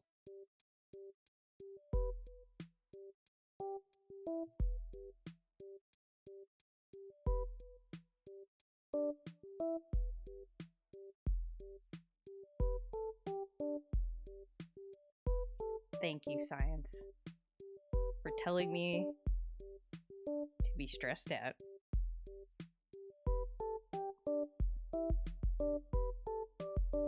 I feel like I've been getting even less sleep since I've been trying to get 8 hours of sleep a night. Oh, because you're like, maybe because you're like stressed about it. Is getting a consistent schedule. Yeah, I've heard that too. I think because the consistent schedule makes it so that your body, like, can adjust its REM sleep properly. You know? Like, instead of, like, it like, sleeps more efficiently, probably. Man, like, do you know how, like, I don't know if you've ever taken care of a baby. Like, I have not, but, like, I witnessed this when I was hanging out with my friend who just had a baby. Like, he was like, oh yeah, we can meet up, but, like, you know, like, we met up at, like, a place to get, like, cream puffs, and then he was like, oh yeah, I just picked up, you know, the baby after, like, on my way back from work here, and it's like, I need to stay in the car for, like, another 5 minutes while she finishes her nap, and I was like, how do you know she's gonna finish her nap? And then, like, right when 5 minutes hit, her eyes opened, and was, like, looking around, and I was like, whoa! And my friend was like, yep, right on time. Like, literally like a Tamagotchi. I was like, whoa! Whoa! It was crazy. So that's how human babies work, I guess.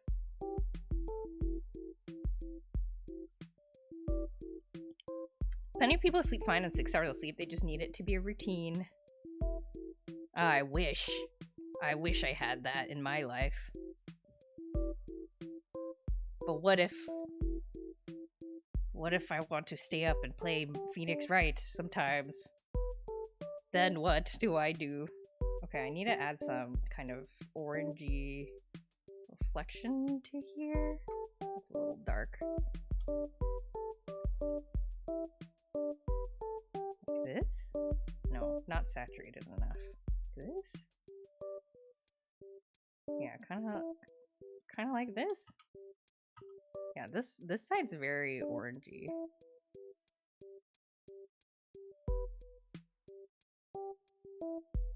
This.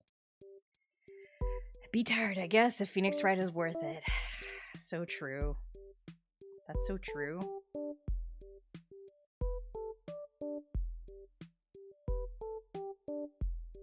Oh, I finally, I've been watching my husband play Ace Attorney the first game, and he finally got to the part where Edris says he's saddled with unnecessary feelings, and I was like, ah! And he was like, oh, I understand now. I was like, yep, this is where all the shipping comes from. And he was like, I thought Edris was a jerk. But he's just like a sad guy. And I was like, yeah, he is. Best results I've ever been able to get trying to improve sleep is getting 10 to 15 minutes of sunlight in my eyes after waking up and rigorously controlling my bedtime, neither of which is particularly sustainable or fun. Yeah. It is kind of a bummer that, like, the way to solve your sleeping problems is to be disciplined about it. And it's like, I can't do that. I can't do that. I have stuff I want to do. Like, be tired. Joe baby, hello. Fellow Joe. They gave Edrith and Phoenix the Sora and Riku treatment in America? Wait, what does that mean? What did they do to Sora and Riku? What did they like localize it in such a way that emphasizes their relationship more or something? I'm not familiar with the Sora and Riku treatment. I'm sorry. I'm probably the only person straight shipping Phoenix. Yeah, I don't see a lot of that, weirdly. I wonder why. I guess because the only real character that Phoenix interacts with on a regular basis is Maya, and she's like 16, so it's like a little weird. Or it's a lot weird. But I guess there's older Maya though later. But yeah, I don't see a lot of straight shipping. I'm not shipping him and Maya. Oh, okay, good to know. I mean, I've seen Maya and Phoenix fan art, but not like I don't know. I'm not sure if it's like overtly romantic. Usually it's like I don't know. They're like bro and sis, I guess. It's another character he dated and got. I see. Oh, really? Oh, you shipped. Whoa. I feel like I don't see a lot of people shipping them, but it like completely makes sense. I forgot about her. I'm so first game pilled. I forgot about her. I apologize. To I don't know if I can spoil it. It's an old enough game. Can I say the names? I don't know. He's also really I know they were so in love and then it just got like ruined. It got ruined because of reasons. I support your shipping. That's a good ship. I forgot. Okay. You know what? I think I'm okay with the shading on this, and now I gotta draw the little nubs, and I'm scared. Alright. Nub drawing time, I guess. Maybe I can draw the circles first. Would that be easier? It's easier to draw the circles. I think it'll be easier to draw the circles, and then I can kind of paint around it. I petitioned her to come out of jail and be a live-in cleaning assistant in his office. That office is gross! Oh my god, I'm sure it is. It's called Future Revenger. You stay up late to extend your free time because you have to work in the morning. Yes, I also do that. Sora and Riku are hella gay, for starters. True, yes. The English translation repeatedly changes a lot of that. Oh, really? Oh, okay. They toned it down, is what you're saying, in the localization. Aw, man. I see.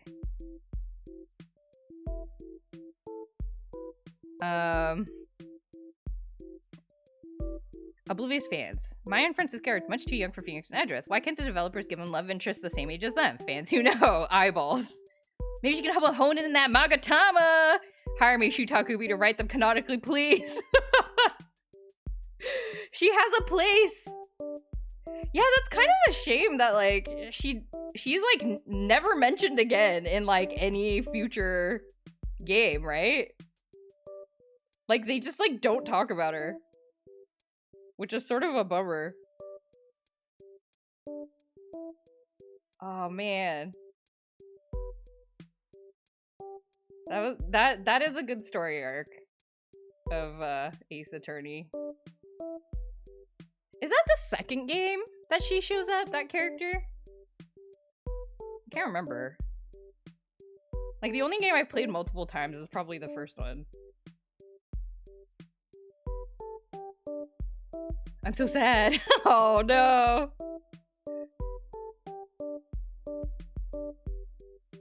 I don't like drawing all these Lego nub things. Is it the third? Oh, okay, I'm sure you're correct. I am not. My memory is no good.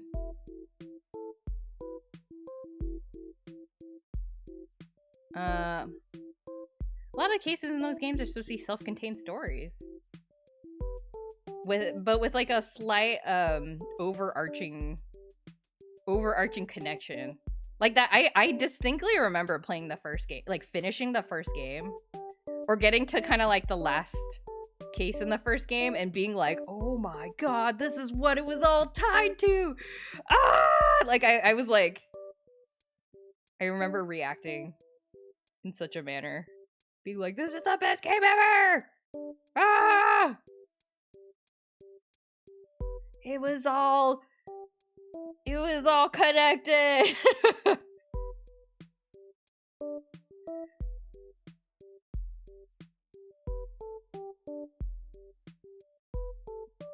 Third, because I remember based on who the prosecutor is. Oh yes.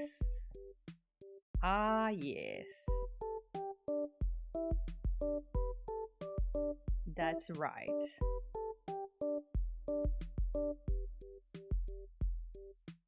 I still want to pay through investigations. I've not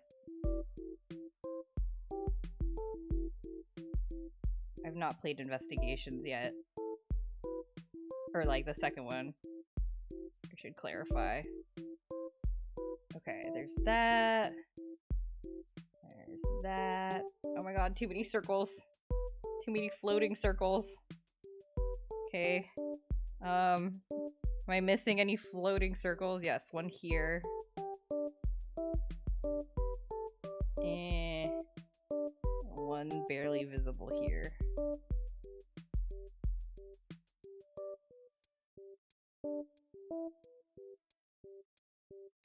And then a couple barely visible down here.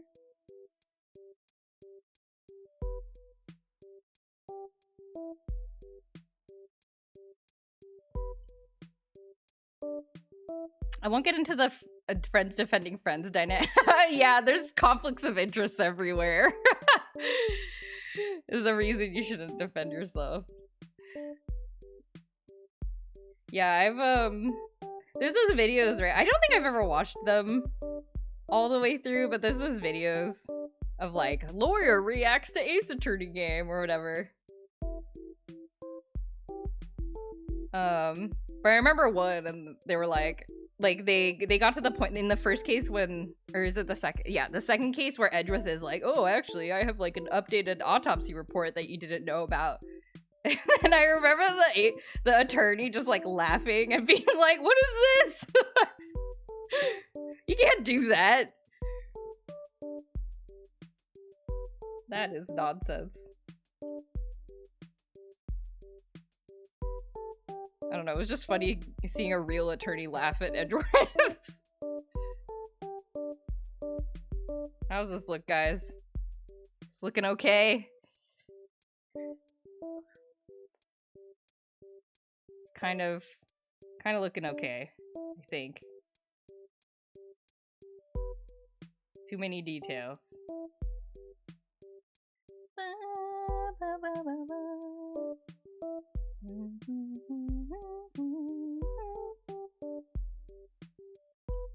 TGA does a better job of not being that blatantly breaking the law. Looking splendid. Thank you! What's engaging isn't how things actually work. In real life, that would have been thrown out entirely. Yeah. You gotta simplify it. For game purposes. Silly game purposes.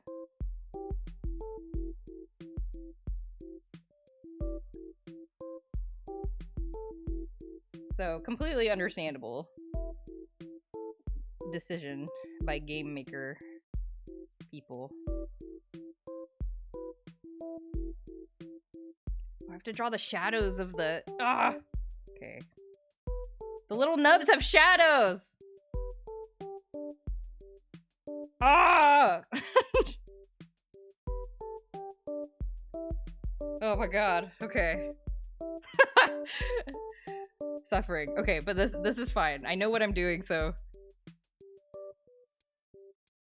There's no temporary autopsy report. That isn't a thing.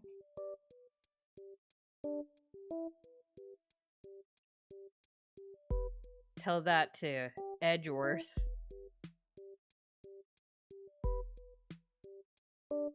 I am curious about what the like story writing process is for Ace Attorney. Because I'm sure they consult with like real like defense attorneys and stuff about like, you know, because they need something to draw from.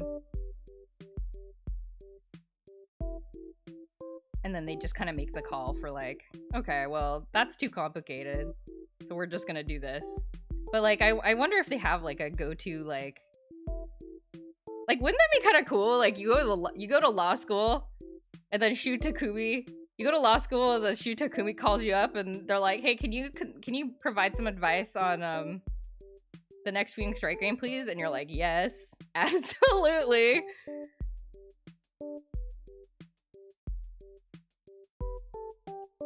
Edgeworth isn't my favorite prosecutor. I like others. I got you, Jesse. I understand. There are some pretty cool prosecutors out there. I have a guess for who you may be talking about. I don't know if it's spoilers to mention though. The games are so old though, but I feel like Phoenix Wright is in such an interesting position because it's such an old game, but it's also currently quite popular. Like, I still feel bad spoiling it. Like, I feel like it's still in, like, spoilerable land. It's spoilerable because of how popular it is. You know what I mean? I don't know if that makes sense. It's like, if it was an old game that, like, nobody was really playing, I'd feel more okay with it. But Phoenix Wright is still quite, like, I don't know, I feel like people are still playing it for the first time.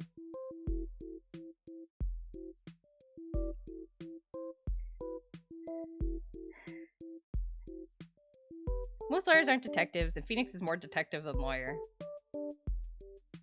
Yeah, he's kind of everything, huh? And then just, like, messing around in the crime scene, like... I don't know. Like, even as a kid when I was playing the games, I was like, that seems like something you're not allowed to do, but what do I know? I'm just 16, I don't know. I don't know, lawyers work.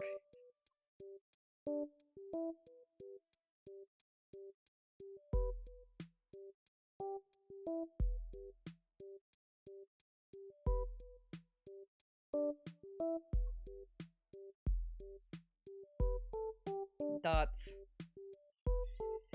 Oh, we're halfway there. Oh, living on a prayer. Squidward on a chair.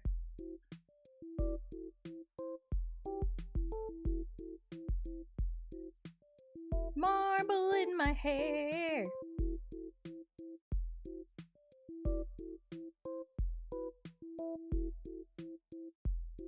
Walking upstairs.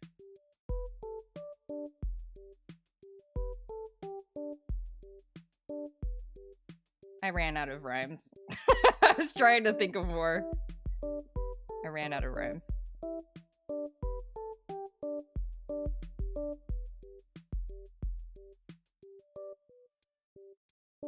Yeah, or the fact that the prosecutors could just, like, I don't know if that's real or not, but the prosecutors can just, like, go into the evidence room and be like, I'm gonna take this now.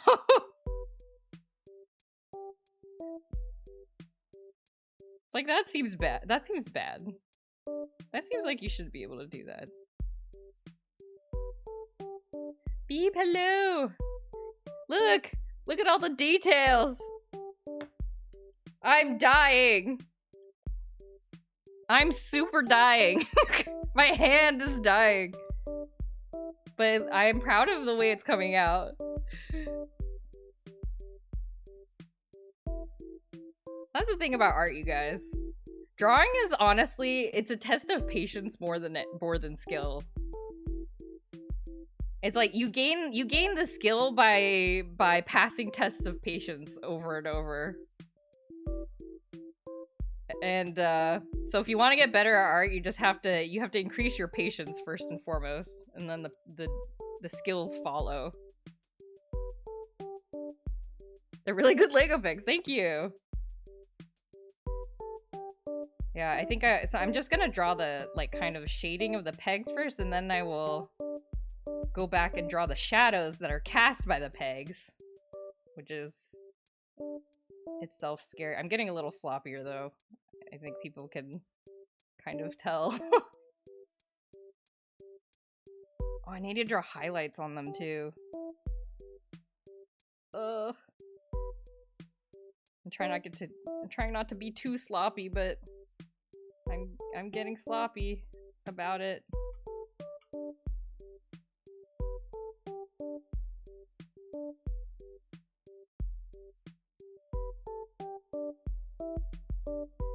Never enjoyed drawing. My hands hurt too much. When drawing, I shake so much that everything comes out a bit wonky. Yeah, I mean, if you don't enjoy it, then no point in doing something you don't enjoy.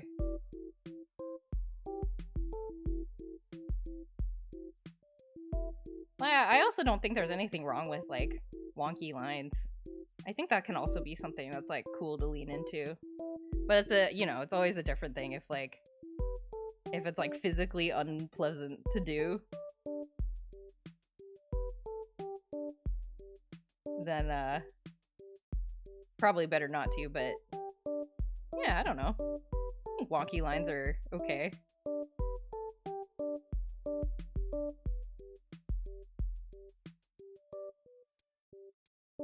Estrada, hello.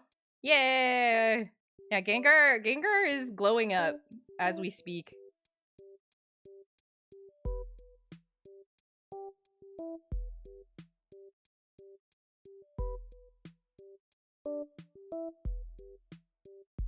And I am getting lazier about the shapes, so this is fine. I'm trying to let go of having super clean lines. Yeah, same here. I'm looking at all these there's these little gaps that I didn't fill in. You know, it's not quite straight, but honestly, if you zoom out, it's pretty okay actually. So, yeah, trying to let go super. That was actually one of the things that I think really helped me with my normal anime art is letting go of super clean lines, because I used to spend 80% of my drawing time was trying to get the line art all perfect and stuff. But honestly, it just but once I started being okay with leaving stray lines here and there, one, it made me so I could draw a lot faster, and two, it made my drawing look less stiff.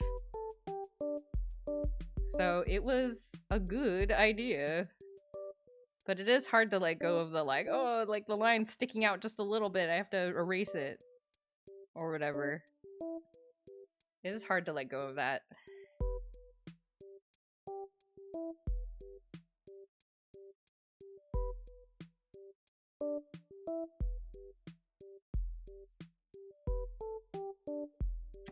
Messier lines kind of adds and comes together really well. Yeah, exactly. It gives it a little bit of movement, you know? Makes it feel a little more alive. Less stiff.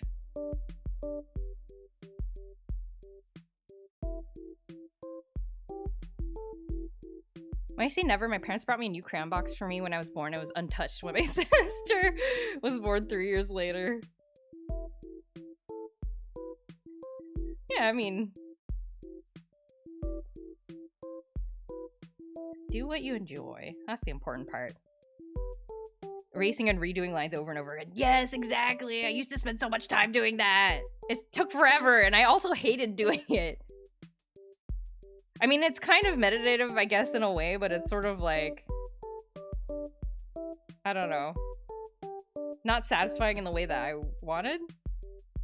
Or like, I knew I was like spending a lot of time on line art and not on other things, so I was like, ugh. A friend of mine had a really genius thing where she'd sketch in a thicker pencil tool. Then she'd clean up the lines on another layer, and then blended the thick layer sketch onto the piece as a fast way to add depth and motion. Ah, okay. Actually, I've seen that in real life. Somebody at work, we have this like little like art club like Slack channel, like work chat. And they posted a picture that I thought was a really good idea, and I haven't gotten a chance to do it, where they did that in their traditional sketchbook, where they sketched first with like a highlighter marker. So it's like really light, like you can see it on the paper, but it's like not super, you know, like it's not that like visible. And then on top of that, like drawing with pen ink. So you still kind of have to commit, but you have a little bit of a sketch to it. And it looked really cool. And I think it was like a nice way to like kind of let yourself sketch, but without something as visible as like a normal pencil. But using the marker so that you still kind of have to commit. You're not like wishy-washy and erasing things and stuff. And I was like, I want to try that. I still haven't tried it though. They were drawing, it looked really cool for like animals. They were drawing animals. Yeah, so you can try that in your like normal notebook if you wish.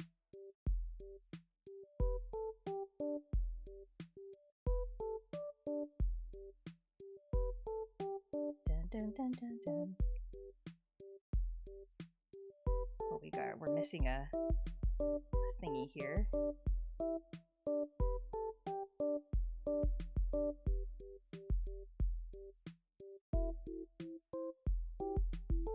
Okay.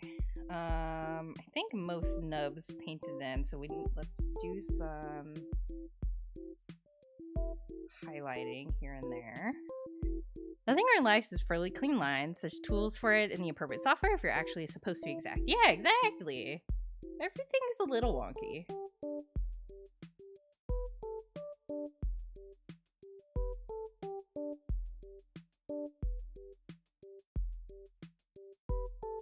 Everything is a little wonky. The more I try to be precise, the more you shake. Ooh. Yeah, because you like, a lot of people tense up. The tendency is to like kind of tense up your muscles when you're trying to make small movements. And that's definitely going to contribute to the shakiness.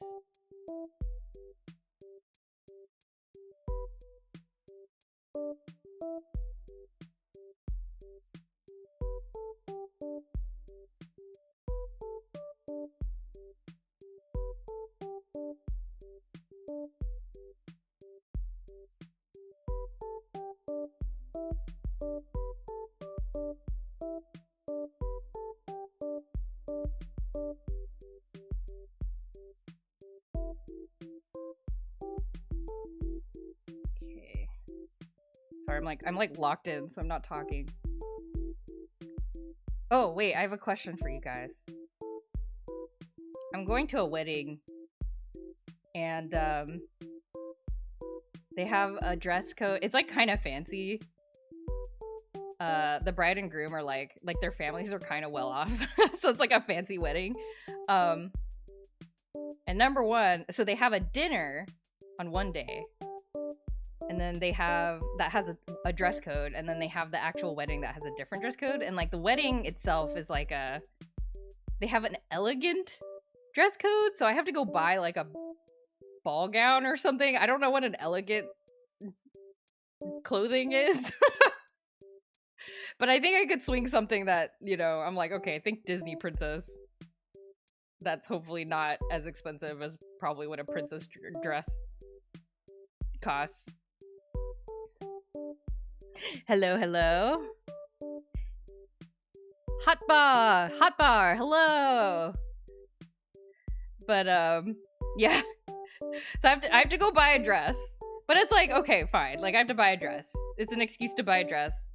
Hopefully I can find a good deal somewhere, whatever. But the dinner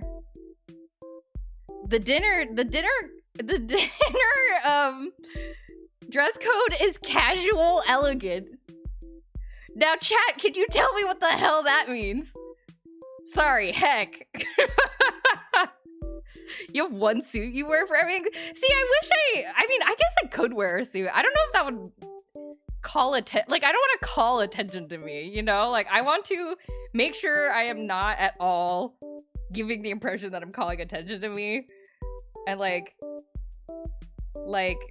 and so unfortunately, as a woman presenting, a very femme presenting woman, I think wearing a suit would be a problem for that reason, but like that seems like so much easier than trying to go find a dress. Juicebox, hello. Casual elegant. Yeah, like what the frick? Like a t-shirt on the top, ball gown on the bottom. Like I don't know. Uptight lazy. So it's casual elegant and casual elegant. Yeah, like what does that mean? I don't know what that means. And like these are people I don't know very well, so I can't just like ask. And I don't know a lot of people who are going. It's they're like friends of my husband, or like well yeah, they're closer to my husband's side, and he's also like, I don't know, the formal version of business cash, I guess. So like you wear a t-shirt, but it's like you wear like a sheer scarf instead of a blazer jacket. Like I don't SGBT, I don't know. Nah, it's okay. I don't want to. I don't know. The other solution is just to not go to the dinner, which I think we might do because we don't know them that well. Is it a weird way to say semi-formal? I guess. Make your husband ask. I think he's like, I think we would both rather just be like, oh, we're busy that day. Sorry, we can't go to the dinner. Instead of asking. I do have to buy a dress though, which honestly I'm not upset about. I'm like, oh, that sounds fun. Going to buy. It's been like I never bought dresses or anything like when I was in high school for prom or whatnot. Like that was just not a thing that I did. So, but now that I'm like, ooh, events. Excuse to buy a nice dress that I don't have. He might have to drop them. Let's go, studs on the Lego, yeah! So I still need to add shading. So do you see how like these, the studs also cast shadows, so I need to go in and add the shadow, the cast shadow for the Lego studs, but it's okay. We can just chat as we go. Maple Story Tune! I heard there's a new like reboot Maple Story coming out or something. Like Maple Story Classic is coming out. Is this true, chat? I forget where I saw this information.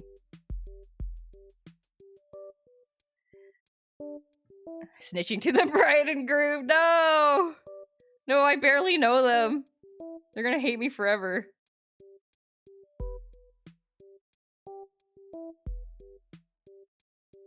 Was the invite written by AI, not actually checked by human to make it safe? No, I mean, I suppose that's a possibility, but knowing what I know about the couple, like I think they're pretty meticulous. I think this was a very intentional thing. My guess is it is like kind of a synonym for semi-formal. Is my guess. I don't know. But yeah, it is also a very real possibility that we're just like not gonna go to the dinner part. And instead like, because we will be in my husband's home country, so we might just like hang out with his family a bit instead. since we're going all the way over there. But yeah, I don't know. It's looking pretty good. It looks pretty 3D and plasticky, I would say. Looks pretty good. I'm proud of myself for sticking with it. Maybe it's supposed to be you can do anything. You're allowed to be casual and you can allow to be formal. Oh. What if I show up in my Tamagotchi onesie? What if I do that? Will my husband hate me for being a nuisance on his friend's wedding? Maybe. Oh, I have to bring shoes. I hate packing heels in my suitcase. They take up so much space.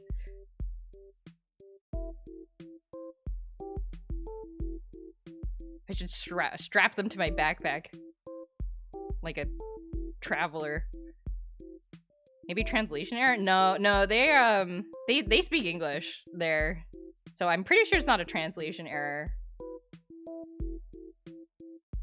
No, I think it was very intentional. Unfortunately. I hope they don't watch the stream.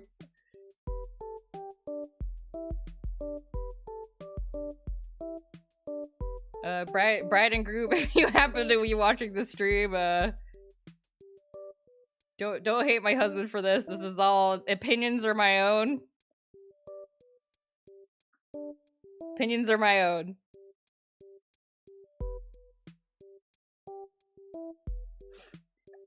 I should do a regular wedding reception, but the week before we have a I hate fancy outfits dinner where the dress code requires either incredibly silly or incredibly comfortable. Honestly, that sounds amazing. That sounds really good, actually.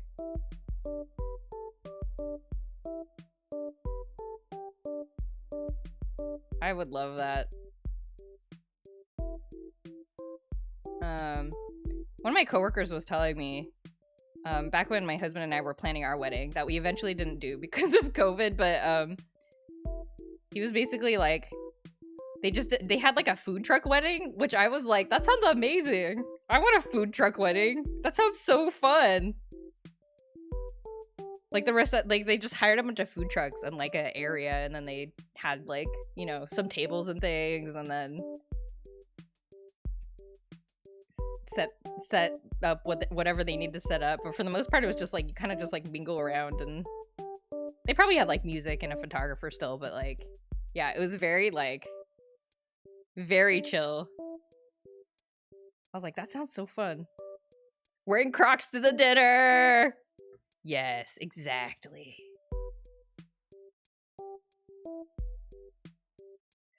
You have received a missive as an official invitation to my wedding.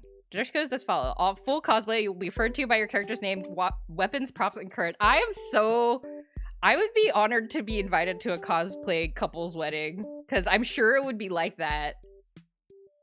Basically like Renaissance fair stuff. I think that would be so fun, actually. I mean, I'm sure this is why people like dressing up for weddings. It's like, because the dressing up part is fun. It's just that being in a ball gown is like not my preferred cosplay, I guess. A t-shirt with a picture of a tuxedo on it. I would get kicked out.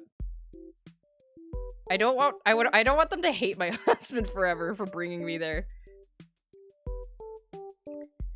Showing up as a companion human being unable to sit down. That's the problem with a lot of cosplays I hear. Is that the sitting down is a thing you have to figure out like during the costume design process. Otherwise things get very uncomfortable. I'm adding some like very subtle like orange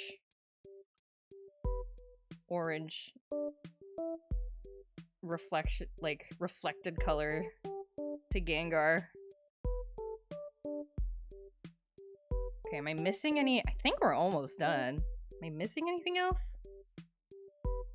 Yeah, everything just kind of has like a slight orange tint to it because of the background. Oops, that's a bit too light. Sitting down in escalators, yeah. Exactly. You have to be able to get on the escalator or like undo your costume in such a way. I think I need to make this darker. Slightly darker. A lot of weddings dress codes are driven by one person wanting the perfect wedding. Often the bride's mother pushing for the ideal wedding even though the actual couple may not want all the formal wear. Yeah, maybe. I mean, it's not my place to try to investigate what happened. I'm there to get free food, free drinks, but actually not free because you give like what is it called? I almost called it offering money, which is not what it's called. Like blessing money, I guess, to the couple. Like Americans don't do that, right? I feel like I've only ever been to like Asian people weddings. Like Americans, you give like Americans give gifts. I don't know if I say you. I'm also American, but like Americans give gifts, right? But like in Asian countries, you give money. You pay for you're supposed to give enough to pay for your own dinner, basically. Is like the rough rule. It's a thing, but not like socially enforced. Ah, okay. It's like you buy something off the registry or whatnot. I see some cosplayers with those things you strap to your leg that let you sit while standing. Oh, like a foldable chair kind of deal. Interesting. Okay, am I missing anything? This needs a bit more shadow.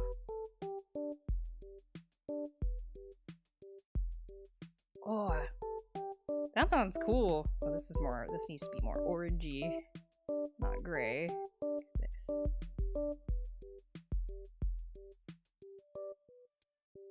Okay.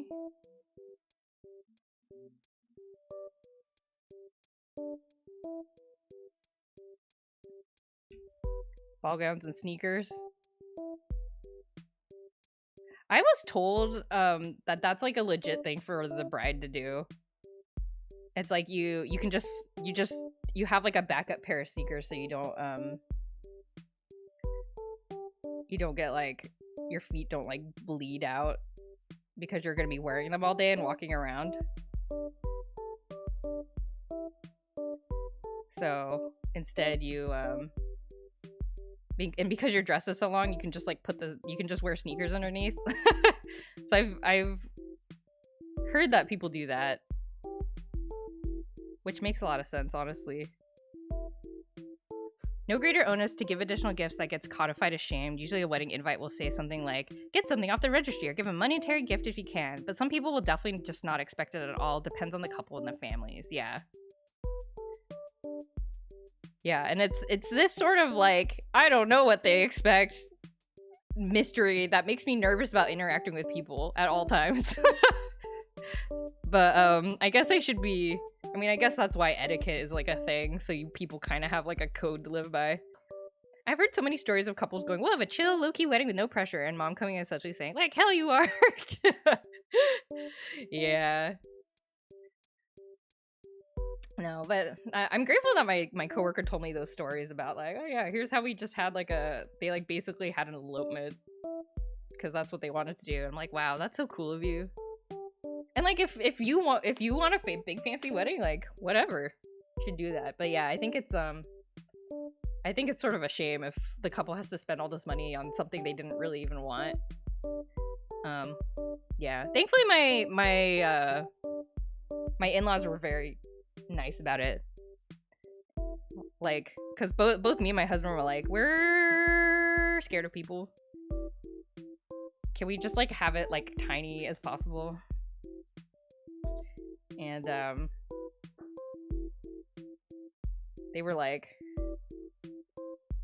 you should do what you want, but it's definitely a struggle, I think, because you know, like even parents wishes aside, like Sorry, I'm trying to give the background a little bit of texture before we end here. But, like, you know, parents' wishes aside, like, I mean, personally, like, I was personally worried about, like, oh my god, like, is so-and-so gonna be offended if they don't get invited? Like, who, like, do we have to invite all these people? If we invite, like, this person, we have to invite that person because they're, like, kind of in the same, like, you know, they're, like, fellow whatever. Like, kind of, they have, like, a similar relationship with the family or whatever. And I was like, ah! It's really, and so then you end up like this is personally what happened to me, except for the fact I didn't have to go through with it because of COVID. But like we were literally, I was like, oh, okay, maybe like 50 people, right? Like something really, really small. But then like as we learned about more and more, like I'm like, oh, there's this relative and this relative and this relative, and I was like, oh no.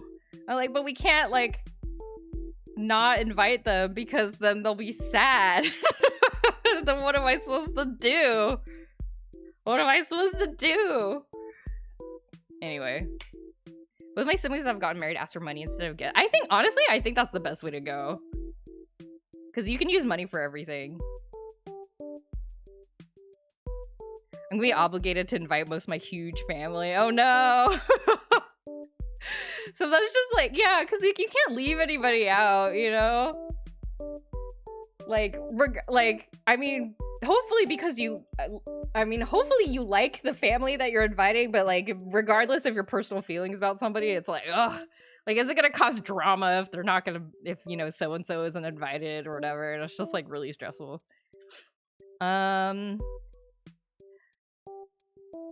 Yeah. Anyway, okay, well, I think we're done. I somehow survived painting both these objects, and I don't know how I did that, but it looks pretty dang good. I would say I'm pretty proud of it. I don't know how I was complaining so hard 2 hours ago. But we're gonna end, and then I'm gonna go eat some dinner. The stud shading really came together. Yeah!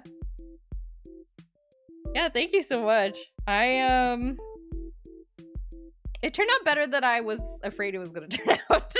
But I guess that's always the case for drawing stuff. Cool. Okay, well, thank you for sticking with me during drawing time. Frame it. 50 people. You'll probably be at 50 people between first cousins, siblings, aunts, uncles, grandparents. Can't imagine extending that further. Yeah, I think there's a lot of like family friend stuff going on and all that. Anyway. Yeah, good night to you as well. Let's see if there's oh, let me make sure I save this first. Okay, perfect. I am going to see if there's anyone to raid right now. Oh my gosh, what am I playing on Tuesday? I'm not sure what I'm going to be playing on Tuesday yet. It might be more Diddy Kong Racing. It might be another Steam game I have on the back, like a short Steam game I have on the backlog. I feel like I need to space out Diddy Kong Racing. I do want to finish it because I think it would be fun, but I want to, I need to space it out because it results in a lot of screaming, I've discovered in the first stream. Okay, where are we going? Oh